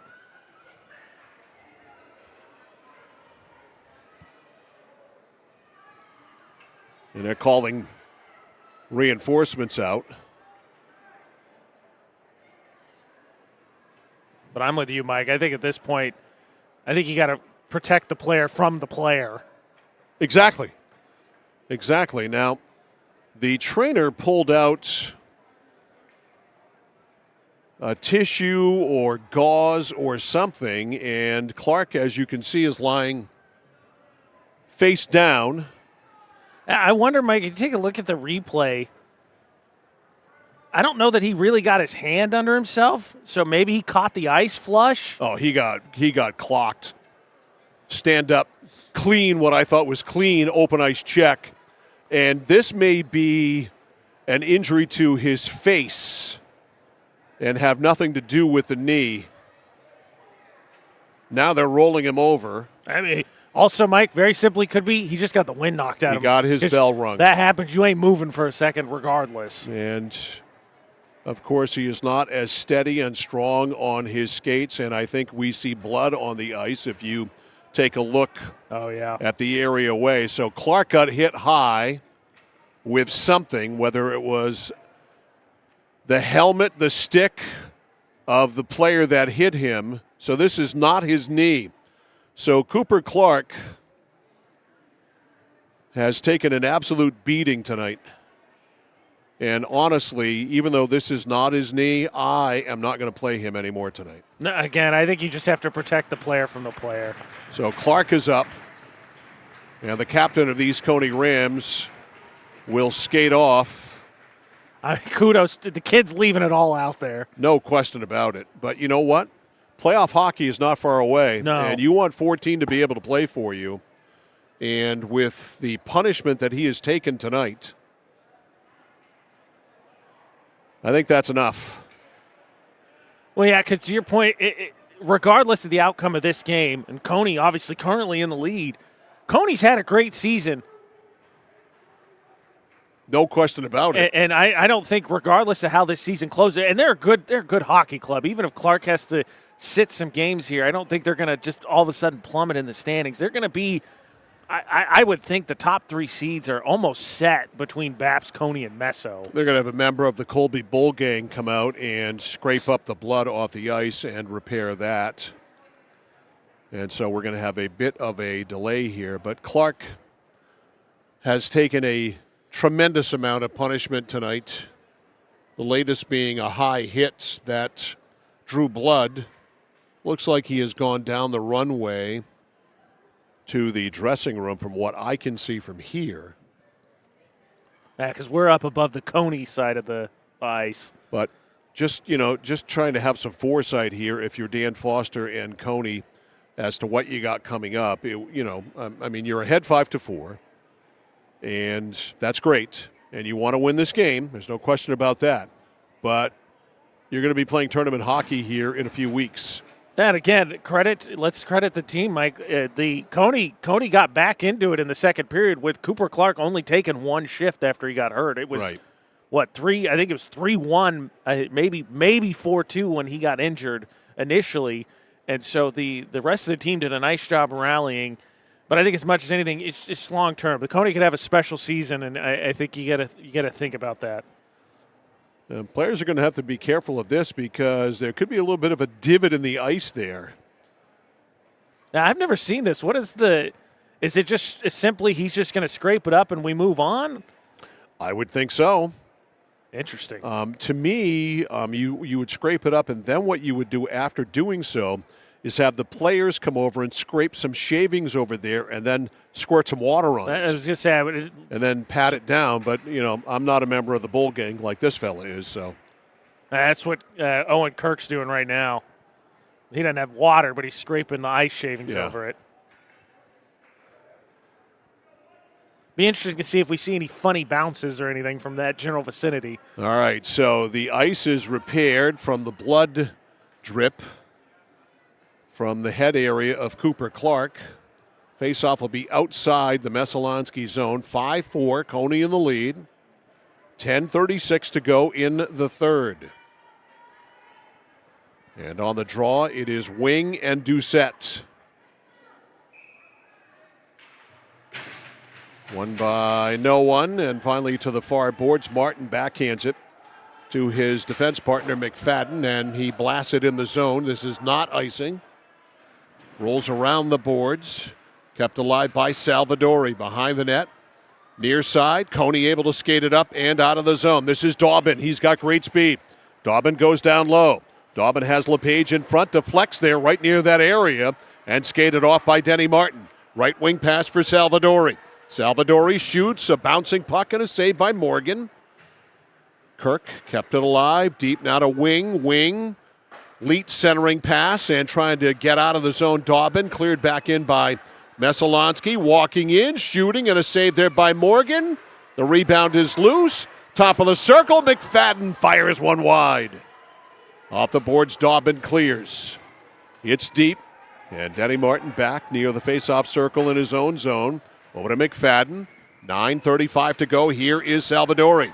Avoids a check. Salvadori ahead. The shot there by Hardy is wide. Picking up the rebound is Daubin. Cleared out of the zone. Back to fetch for Messalonskee, Parker Grant, but it is icing, and they'll bring it back and face it off in the Cony zone. Tonight's game brought to you by Central Maine Community College in Auburn. With over 40 academic degrees and certificates and one of the lowest tuition rates in New England, you and your future starts here at cmcc.edu. Face off, Platt to Harrington. Harrington playing left wing on this line now is Caleb Lorette because Clark is not out there. Backhanded in by Messalonskee. Back to get it is Leet. Also suffering a knee injury earlier, but not as severe, and he has recovered. In front, the turnaround bid, a shot by Barron is a save there by Morgan. Sloppy play by Cony resulted in a chance for Messalonskee, and Morgan equal to the task. Getting a little pep talk there from Connor Callahan. Face off to the left of Morgan, the junior from Maranacook High School. Draw is won by Cony, goes to Waddell, can't get it out at the point, kept in by McFadden. Shot went wide, Hansen off the boards. Dumps it down low, near side it's Lorette. Lorette trying to get it out of the zone on the backhand. Hansen says no, kept it in. Now in front, trying to get a handle on that. Tibbetts, a save by Morgan. Tibbetts can't keep it in at the point. Dumps it back in. Godbout. Pass went behind Lorette. Off the boards, McFadden backhands it up to the Cony line in the skates of Waddell. Kicks it ahead. Waddell over the line, beats McFadden. McFadden tried to take him out of the play. He whirly birded around that. Here is Martin open side, fires it down. This should be icing on Messalonskee. It will be icing on the Eagles, and they'll bring it back and face it off in the Messalonskee zone. Trying to catch Beckwith there, or excuse me, Salvadori on a change and just missed him, so it goes back the other way. Face off to the right of Kirk.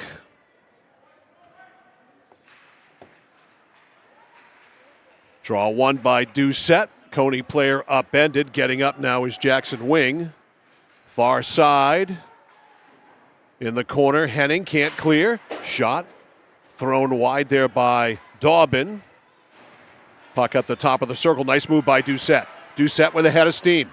He has one, now 2-on-4. Doucette to the boards. Got checked off the play there by Jackson Wing. And Cony, nope, they can't get it by Doucette. Eagles looking for the equalizer. Doucette in the slot. That's blocked. To the boards, LaValle. Eagles keep it in. At the left point, Henning. Henning to Salvadori. To Kirk. Kirk a bouncing puck. Never able to tamp it down and get a good shot away. And it's kept in by Kirk at the point. That one tic-tac-toes wide. Now on the boards, Henning fires it wide. Loose. And cleared all the way down. This will not be icing. Back to get it for Messalonskee, Liam McFadden. McFadden fired all the way into the Cony zone. It bounces on Morgan. Morgan has to clear. 6:45. He only was able to clear it to the board. 6:45 left in the third. Left point. Martin tees it up. Saved by Morgan. Loose right there at his pads, and he is able to cover it up. Next week, Monday night, we start things off. A new week, Cony and Lawrence boys basketball. Monday night at 6:30. We'll have it here on The Score. Looking forward to that one because you talked a lot as we had the doubleheader last night about how Lawrence gave Cony everything they wanted and then kind of lost it late. Talking to Coach Pellerin last night, they're raring to get another shot at the Rams. Yeah, they feel like they should have won that game. And I watched a lot of that, and they had it. In front, it is Beckwith who scored the first goal for Messalonskee, which seems like yesterday at this point in time. And that one goes over the glass. It's just the difference in the first and second period and then the delays. And, Mike, worth pointing out, you and I were not overly complimentary of Messo handling the being down a goal in this position late, their choice of when to pull Kirk. Right. So we'll see if they end up in that position again. Yeah, I thought Dennis Martin, that is waited too long to do so. You got nothing to lose as far as I'm concerned. I believe this is offside. It is. Yeah. We aren't at that point yet, but we're about 4 minutes away from crunch time, of course. And in this case tonight, it means pulling the goaltender if Messalonskee doesn't score between now and then. Connor Callahan with the game-winning goal right now. Early in this period, face-off is won by the Eagles, dumped in by Tibbetts. Back to get it is Leet. Leet left it there for Callahan. Trying to spear it up the boards was Platt. Platt now gets it up to center to Cunningham. Or check that to Harrington. Harrington now playing with Jacob Lyons as a winger. Down it goes into the Meso zone. Sean Higgins with it. Higgins. The frustration there. Cony player, I think, broke his stick on the way to the bench. Wow. I heard it. I didn't see it. Right in front of the Cony bench now. It's dumped in the zone. Here's Platt. Platt goes deep. Platt lost it. Platt still has it. Centers it. Not much on it. A high bouncing puck, and it's fired wide by Wing. Platt scoops it down low. Beckwith a check there on Wing. Kept in by Cony. At the point on his backside, it was kept in by Dobbin. Good play by Dobbin. Now cleared all the way down, and this is... icing. It is icing. Yeah. Okay, I didn't hear a whistle. Mike, does it feel to you kind of out of, I don't want to say respect, but both these teams maybe have taken a little bit of the oomph out of it just because of the way this game's unfolded? I'm surprised it's not gotten chippier. I thought we were headed for that. It feels like both teams have kind of pulled back. Yes, they have pulled the reins. We have not had much body checking here in the period, and it's been very kind of a calculated period. That's offside. Salvadori was in skating backwards in the zone. It's like they have, whether it was accidental or otherwise, called off the dogs. It feels more like a brisk scrimmage at times, just because, and I think just both teams. Nobody wanted to see nobody wanted to see anybody get hurt, obviously. No. But Cooper Clark being not available. Shot and a save by Kirk. Just take something out of the game. That was Kyle LePage firing it. That being said, Cony's still in the driver's seat. Cony ahead 5-4. A Callahan goal, 1:14 into the third. The difference. That one goes between the point men. Waddell back to get it. Dobbin couldn't handle it in front of the Cony bench. Doucette tried to swoop in and steal it, could not. Now deep it goes to Waddell. Waddell looking to get it off the glass. He did. This should be icing on Cony, and it is. Tonight's game brought to you by the Central Maine Motors Auto Group in Waterville, the dealer with no dock fees, where cars and trucks cost you less. Find them online, cmautogroup.com. Face off to the left of Caleb Martin. Doucette and Cale Harrington on the draw. One by Harrington to the boards. Goes up the boards. Lyons trying to poke at it. Does get it out. Platt first on it. Platt leaned into there by McFadden. Holds him off. Now Platt pushed him away. Now Kirk comes in. Kirk up the near side boards, and Salvadori at center missed Doucette. Keep an eye on the clock here. We're coming down to 4 minutes to go. Lions couldn't handle it. At the Meso line, cleared out by McFadden. No. Kept in by Platt. Now the centering pass, skated off by Denny Martin. Martin, cross ice, over the line, Hardy. Hardy all by himself. Meso in a change. Hardy trying to force the issue as he gets reinforcements. Beckwith comes in. Logan Barron comes in. Beckwith off the bench. The shot by Hennings. Right there in front. It deflects in! It deflects in. I think it deflected in off Colby Hardy. And we're tied at 5. I don't even think he was really trying to shoot that. I don't either. Just trying to get it in front of the goal. That's an even strength goal. And this one's tied at 5. Lord have mercy. Mid-State Machine instant replay. I'd have to do overtime to figure out who the heck got that one. You're going to need a microscope. That's an understatement. 5-5 with 3:40 to go.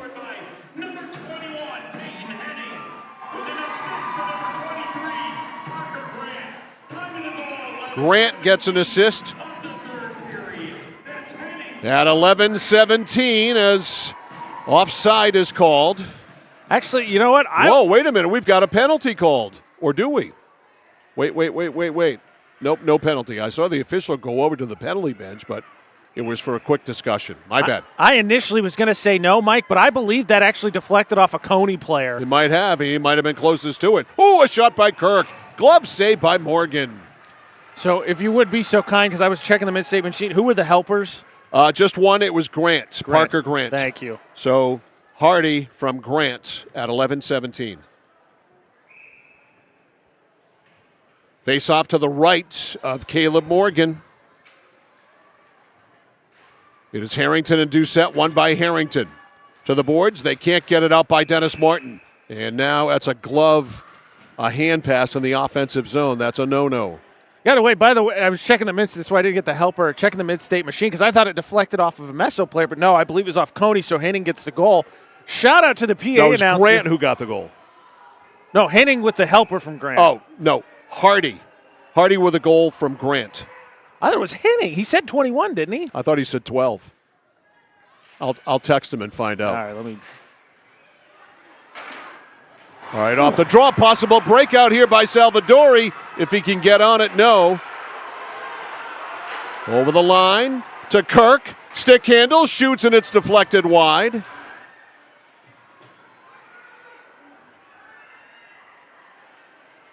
All right, play continues. It squirts in front.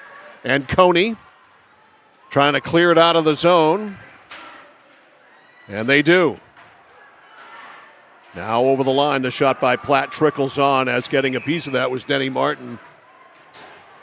And we have a face-off in the Messalonskee zone. 2:44 left. Might we get bonus hockey? Tangle up there. Officials right there. About to get my text back from John Del Judas. No, you were right. It was Henning. Okay. That's my bad. This is Henning from Grant, right? Yes. Okay. Yeah, I think it deflected off a Cony player because Henning didn't put much on it. I think was just trying to get it in front, and then it just caught a Cony body and squirted past Morgan. So Peyton Henning, the goal from Grant, not Hardy. To make it 5-5. Off the face-off, picking it up is Higgins. Higgins far side for Meso. Couldn't get it by the point man there. Stolen by Dobbin. The pass is deflected out of the zone by Grant. Boy, LePage was right in front waiting for that. That one scaled on Kirk, and Kirk made the save. Right side, Eagles with 2:22 left, and that ends up right on the Meso bench. Caught by Dennis Martin on the fly. Nice hands. That's a good pair of hands right there. To finish my point I was making, though, shout out to the PA, because normally I'm pretty critical. I've got the mid-state machinist replay, but he's been spot on. So shout out to him, because he ain't got as good a vantage point as we do. He's pretty sharp, John Del Judas. Face off to the right here of Nathan Kirk. It is won by Doucette. Around the boards. Body check there by Kirk. That allowed his defenseman to clear it out. Now at center looking for Doucette, picked off by LePage. Dobbin stays on side, over on the right side for LePage. LePage avoids a check by Kirk. Now Dobbin. Dobbin shoots, that's wide on the short side. As Dobbin went down, he got hammered there by Kirk. Now Kirk with it. Kirk in the middle, good pass for Salvadori, and a penalty. A penalty is called on Kirk. So not only... I think it was Grant on the backside. All right, it was Grant. Okay. Yeah, I got just a little bit of it here. You're going to see it clean. And he just high stick, yeah, and a good call. He's upset about it, but he absolutely clocked him. To say, to your point, all of a sudden, that chippiness factor went right up through the roof, didn't it, when we tied this game? So it's a high stick on Grant, 13-11 time of the penalty, and Cony will have a power play for the rest of regulation. Timeout, Cony. Timeout is called by Cony. They'll set things up. Remember, if you're just joining us, no Cooper Clark. He has missed the entire third period, a knee injury in the second period. He left the ice twice. Then he was hit high in an open ice body check that drew blood, and he has not been seen since. I tell you, Messo faithful here, unhappy. But look, I'll show you, Mike. See, we got a second here on the timeout. You see what you see? It's going to be on the back side here, right here. He clocked him with it. Watch Grant right here. Yep, no question. There's no argument with that call. Absolutely the correct call. And again, the chippiness factor, through the roof. We had a lull in chippiness for a while, and that lull is now over. Well, of course, as we know, the score jinx. It's not even just so much the jinx. The opposite of whatever the score says happens. So, of course, you floated out there overtime, so immediately we get a power play.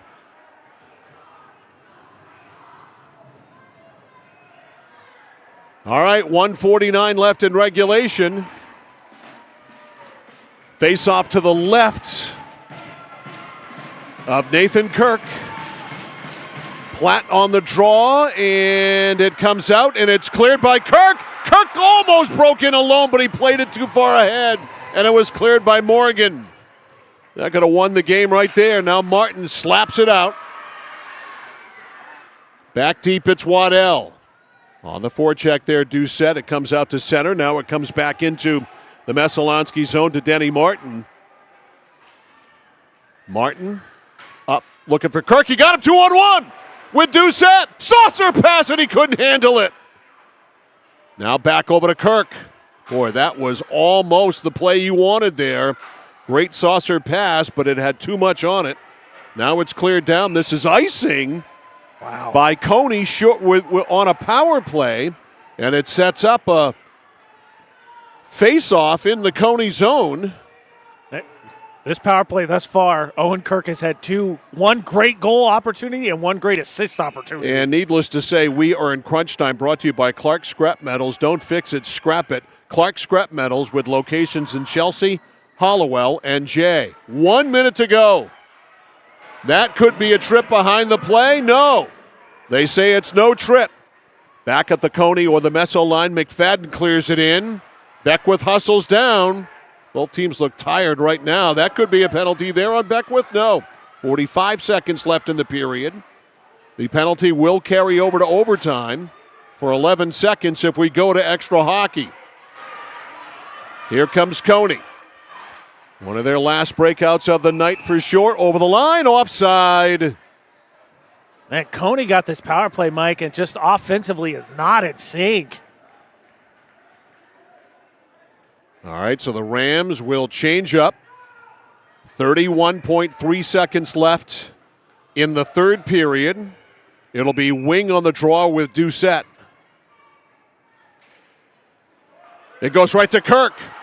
Kirk over the line. Kirk fires, and he misses on the glove on the stick side. Probably could have taken a couple of more strides there. Gotten a better shot, working it up and out of the zone, Cale Harrington. Harrington at center, ridden off the play smartly by Doucette. Excellent checking in the open ice there by Parker Doucette. 10 seconds to go. Over the line, Doucette looking to break in. Standing up there and making the play, Waddell. 3, 2, 1, and that is it. And we are going to overtime. 11 seconds remain on the penalty on Grant to start the overtime. So Cony will start the overtime on a power play.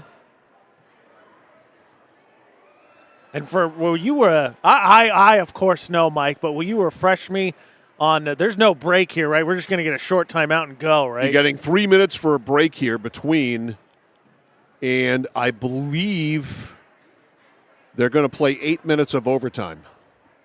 Okay. I believe. Do not hold me to that. Well, we knew with these two teams. If you'd have told me before the game, Mike, that we were going to go into overtime, I wouldn't have been surprised because these two teams, with the way this game's unfolded, I guess everything's on the table. That's really what it is. To think that this game could have been as close to being crazy as that one was 2 weeks ago is just incredible. But this one has been, in its own way, almost as crazy. And as I said after we had the first one, sign me up for nothing against the rest of Class B North, but sign me up for 2 more editions of this. I'm still good for a 3rd edition of this. Let me add the caveat with everyone fully healthy. Yes. Oh, real quick, let me give you stats here. We'll do the quarter breakdown when we wrap up the whole game, but for the 3rd period at least, or the period breakdown, I've got shots 9-8 Meso in the 3rd. All right, so 9-8. So 18-28 through 3 for Messalonskee, 23-29. So 29-28 the shots on goal in favor of Cony through 3. As we go to overtime, just scanning the Cony bench to see who I can see. I see because as you point out, Cooper Clark has not played this 3rd period. He gave it a go in the 2nd, took a legal check, and ended up having a bloody nose or something, and then that was it for his night, or seemingly it for his night. He is not on the bench that I can see. Okay. I can see a 34. I can see there is no 24 on this team, but I don't see a 14 anywhere. So he is probably in the dressing room, which at this point in time is the best and safest place he can be. Let's be honest, if you're Cony, that's probably the only way to make sure he doesn't get on the ice is to not have him on the bench. Take his skates off. Yeah, right. I wouldn't put it past him, especially going into overtime for him to try and steal a shift. All right, hockey. So an 11-second power play. And Mike, correct me if I'm wrong, in all the craziness that has been throughout our season, this school year, because we had plenty in the fall, obviously we're in the winter season now, this is your and I's first overtime game this winter season, isn't it? Yes. Which is kind of hard to believe. Yeah, we have not had a basketball overtime, and we haven't had a hockey overtime either, so we're going to overtime for the first time this winter here on the Score. Whew, out of practice. So here we go. Kirk will go down and defend the goal to our right, and it is an 8-minute overtime. And if no one scores, it will end in a tie. There is no shootout. And Morgan will go down to the goal to our left. 5-on-4 for 11 seconds. Parker Grant will be out in 11. Dobbin on the draw and Doucette. One back to Leet for Cony. Leet, red line, blue line, checked on the play by Salvadori. Here's Doucette trying to go over to Kirk, and it's blocked there by Dobbin. Now he gave it away. Now Doucette. And we are back to 5-on-5. Oh, out in front, and LePage missed the pass. He was all alone. We're back to 5-on-5. 8 minutes of overtime. Cony inadvertently played it back into their own end. Wing left it there for Callahan. Callahan's got a goal tonight. Callahan at center, a bouncer knocked down there by Hardy. Now it ends up back in the Meso zone to Denny Martin. Martin up to Hardy. Hardy to Beckwith. Beckwith, cross ice, Doucette. Doucette shoots. Oh, a save by Morgan. Good bid there by Doucette. Tatum Doucette with a great goal-scoring opportunity. This one bounces into the Cony zone. Callahan on the loose puck. It is cleared down, and that is going to be icing on Cony. The Rams a little out of sync there, needed a change, and now they'll be able to get the right people on the ice. At the expense of a face-off in their own zone to the right of Caleb Morgan. It'll be Barron on the draw with Harrington. Waiting for a fifth skater. For Cony, it's Lyons. And again, I think seeing the kind of discombobulation with no Clark. Right. Platt on the face-off, won it over to Waddell, but coming over to pinch to keep it in, Grant. Now it's cleared, no, kept in. Godbout couldn't get it out. Fired right back in by Colby Hardy. Jumping up there is Barron on the forecheck. It tips off the stick of Beckwith. Now it's skated up and out of the zone by Cale Harrington. Harrington with Platt to the middle. Shoots and a save. That one almost looked like it surprised Kirk. I think it did. Kirk, a glove save. He was a little deep in his net there. 6:24 left in overtime. Cony won the first one 7-5. Who's going to win, if anyone, this one? Off the draw, slapped wide. Harrington won the faceoff to himself and missed. Out of the corner, McFadden, and it is outside the zone. Backhanded up by Platt. Platt for Lions. Lions stapled to the boards. Puck squirts back to Martin. Martin clears it out, and that should not be icing. And it's going to be, though. They are going to call it icing. I thought that they could have possibly said that Cony could have played that. But icing is called. Cony says thanks very much. Face off to the right of Nathan Kirk. Doucette and Dobbin. Won by Doucette. Back to Martin. Martin can't get it out right point, but now it's picked up. Skated up, and Kirk 3-on-1. Over on the right side, Salvadori tried to go back to Kirk, and it was blocked. Messo with a 3-on-1. Kirk slides it on, a save by Morgan. These two teams are tired, you can tell. They're beat. That should be icing. It is. Dobbin and McFadden were waiting for the signal. Finally, it came late. Now the draw will be back in the Cony zone with 5:37 left in overtime. Face off to the right of Morgan. Emotionally, too, for these two teams with what we've had tonight, too. Wing and Doucette to Kirk, and a glove save there. A blocker save, I should say, by Morgan. A high shot, and that one went over the glass and hit the netting. And another draw to the right of Morgan. Same principles. Again, it goes back to Kirk, and Kirk's shot was blocked. Nifty stick handling by Leet. The bust out now by Wing. Wing plays it in. Wing goes to the corner. Wing centers it, and it went right through the crease in the slot all the way out. Here's Kirk. Kirk 1-on-2. Kirk shoots, saved there by Morgan. Rebound picked up by Callahan. Can't clear. Doucette kept it alive. Now it's spiked out. And Denny Martin pinches on the boards, and now the puck goes high over him. Salvadori has time, recognizes that. Up to Doucette, pass too far ahead of him. Leet back on it, and Leet misplayed it. It goes back near Morgan. Now it's cleared out. 4:45 left in overtime. 5-5 the score. Callahan going for it with Colby Hardy. Now cleared out by Cony. At the Messalonskee line, Henning.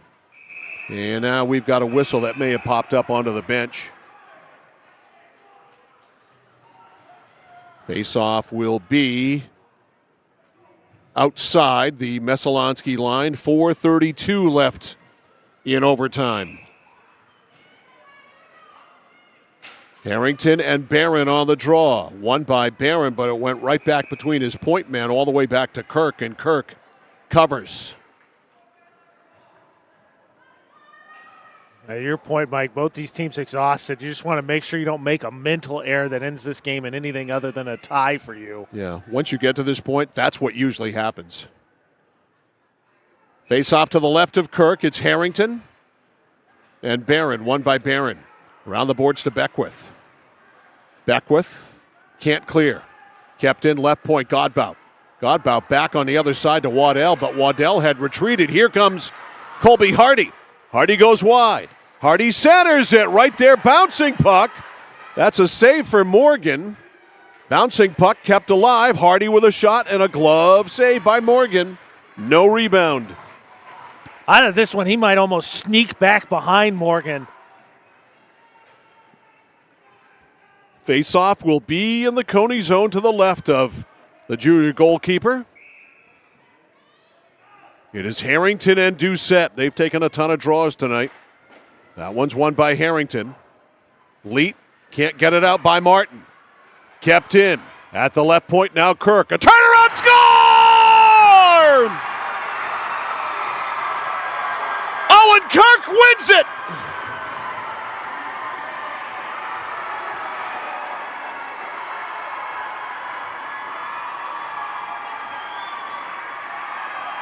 As you see there, we'll show it to you again. Morgan is just absolutely screened.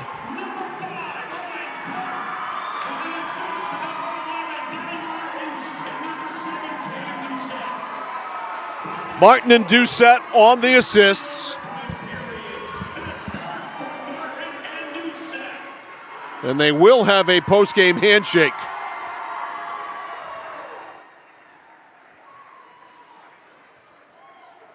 So a game that I'm not sure I'm going to say that it matched the first game between these two, but it was pretty doggone close between these Cony Rams and the Messalonskee Eagles. And Owen Kirk wins it in overtime at 4:06 of the extra hockey session. The assists go to Denny Martin and to Tatum Doucette. Excuse me. And I think I actually see Cooper Clark out on the ice in a hoodie and like sandals. Oh, yeah. And he's walking fairly decent. I wonder, Mike, if as much as anything, it was what you said. At that point, after he takes the shot, he's bleeding on the ice. It's just, all right, enough's enough. Let's not let him get beat up anymore. That's where I was. As a coach, I think that's the right thing to do. As a parent, you had to wish that would be the case. I mean, we don't need any more proof that Cooper Clark is a gamer of all gamers. Yeah. We saw that here tonight. I mean, this effort was heroic at times by Clark, but I think there came a point, and there did come a point where enough was enough, and I'm glad that Dan Foster recognized that and saved Cooper Clark from himself. Loss notwithstanding, to me, that doesn't matter. You want Cooper Clark to be healthy in a few weeks when you're playing in the playoffs. Yeah, again, there's a chance, I think, for a real special season. And last thing you said, you want to get him too beat up that he can't help you make a stretch run, because even with this loss, like we said, I think the top three seeds are pretty set when it comes to Cony and Babst. And so Cony will still be in a position to do to make a run. All right, final score in this one in overtime. Messalonskee Eagles 5 and the Cony Rams 4. We'll come back with our post-game show, all the final numbers, and our flagship Cinemas Player of the Game. That is all coming next here on The Score. At Central Maine Community College, your future is our priority. I'm going to be a preschool teacher. An HVAC technician. Pediatric nurse. Whether your college journey is starting here, I'm going to be an architect. Physical therapist. I'm going to be a lawyer. or we're a stop along the way. I'm going to be a doctor. A machinist. Honestly, not 100% sure yet. With over 40 programs, I'm going to be a graphic designer. An athletic trainer. there is something for everyone. CMCC. Your future starts here. Casella Waste. You see their trucks everywhere all the time. That's because they're out taking care of customers like you. Roll-off dumpsters, they've got them 15 to 50 yards. And they're in your neighborhood picking up the trash so you don't have to worry about it. Weekly, bi-weekly, or monthly from 2 to 10 yards. Casella Waste will also deliver portable toilets when and where you need them. And they offer septic services. Call to learn more about Casella Waste. 872-8257, 872-8257 for Casella Waste. Mike Violet and AJ Knight and our Score crew back here live at Jack Kelly Rink here at Colby College in Waterville. A scintillating one here tonight between the Cony Rams and the Messalonskee Eagles. Part 2. Part 1 was something else. Part 2 was something else as well. And Messalonskee wins it in overtime by a score of 5-4. It's time for the combo deal of our third period and our overtime hockey breakdown, we'll call it. Our combo breakdown. It's brought to you by 201 Service in Skowhegan, Maine's trusted towing and recovery partner since 1984. So we will break down both the third period and the overtime. In the third period, early on, just a minute 14 in, Callahan scored, an unlikely goal-scoring source for Cony, scored at 1:14, and the assist to LePage and Wing on that goal, time of the goal 1:14, and Cony led by a score of 5-4. They kept that lead for just over 10 minutes, 10 minutes and 3 seconds to be exact, before a goal deflected in. Peyton Henning gets a goal officially, the assist going to Grant. That tied it at 5. We stayed tied through the end of regulation and through the first 4:06 of overtime, when finally Owen Kirk won it at 4:06 of overtime on a shot from 5 feet or so inside the blue line. It was a wrist shot. It was not, it wasn't 100 miles an hour or anything like that. But if you take a look, I think you'll see it deflects off a Cony player. Here's what happens. Watch.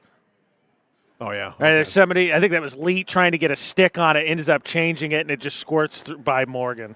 So the shots in the third period, 9 for Messalonskee, 8 for Cony. So 29-28 in favor of Cony at the end of regulation. In the overtime, Messalonskee outshot Cony by a count of 6-2. So the final shots, including the overtime, Messalonskee 34 and the Cony Rams 31. So our third period overtime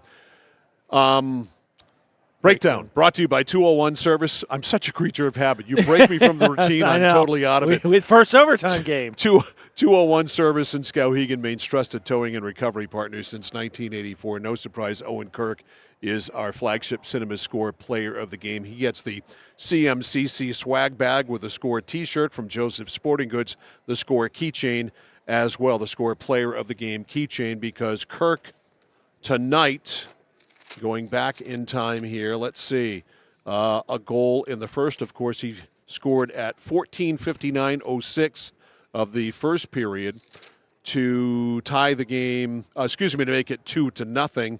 And did he have just the 2 goals, or did he? So he got the second goal. He had the assist on Doucette's goal, which was goal 3. He had the assist on Salvador's goal, which you'll see in the highlights here, which was goal 4 for Messalonskee, and then of course he had the game winner. So 2 and 2. 2 and 2. So 4-point night tonight for Owen Kirk, who got it done. And deflections certainly were the order of the night. We saw more than one, that's for sure. The deflection on the game winner, but the Henning goal also a deflection for Messalonskee. So they get 2 goals that were deflected in. Yeah, and I think too the one that ended up tying the game, it wasn't even, I think, a shot attempt there.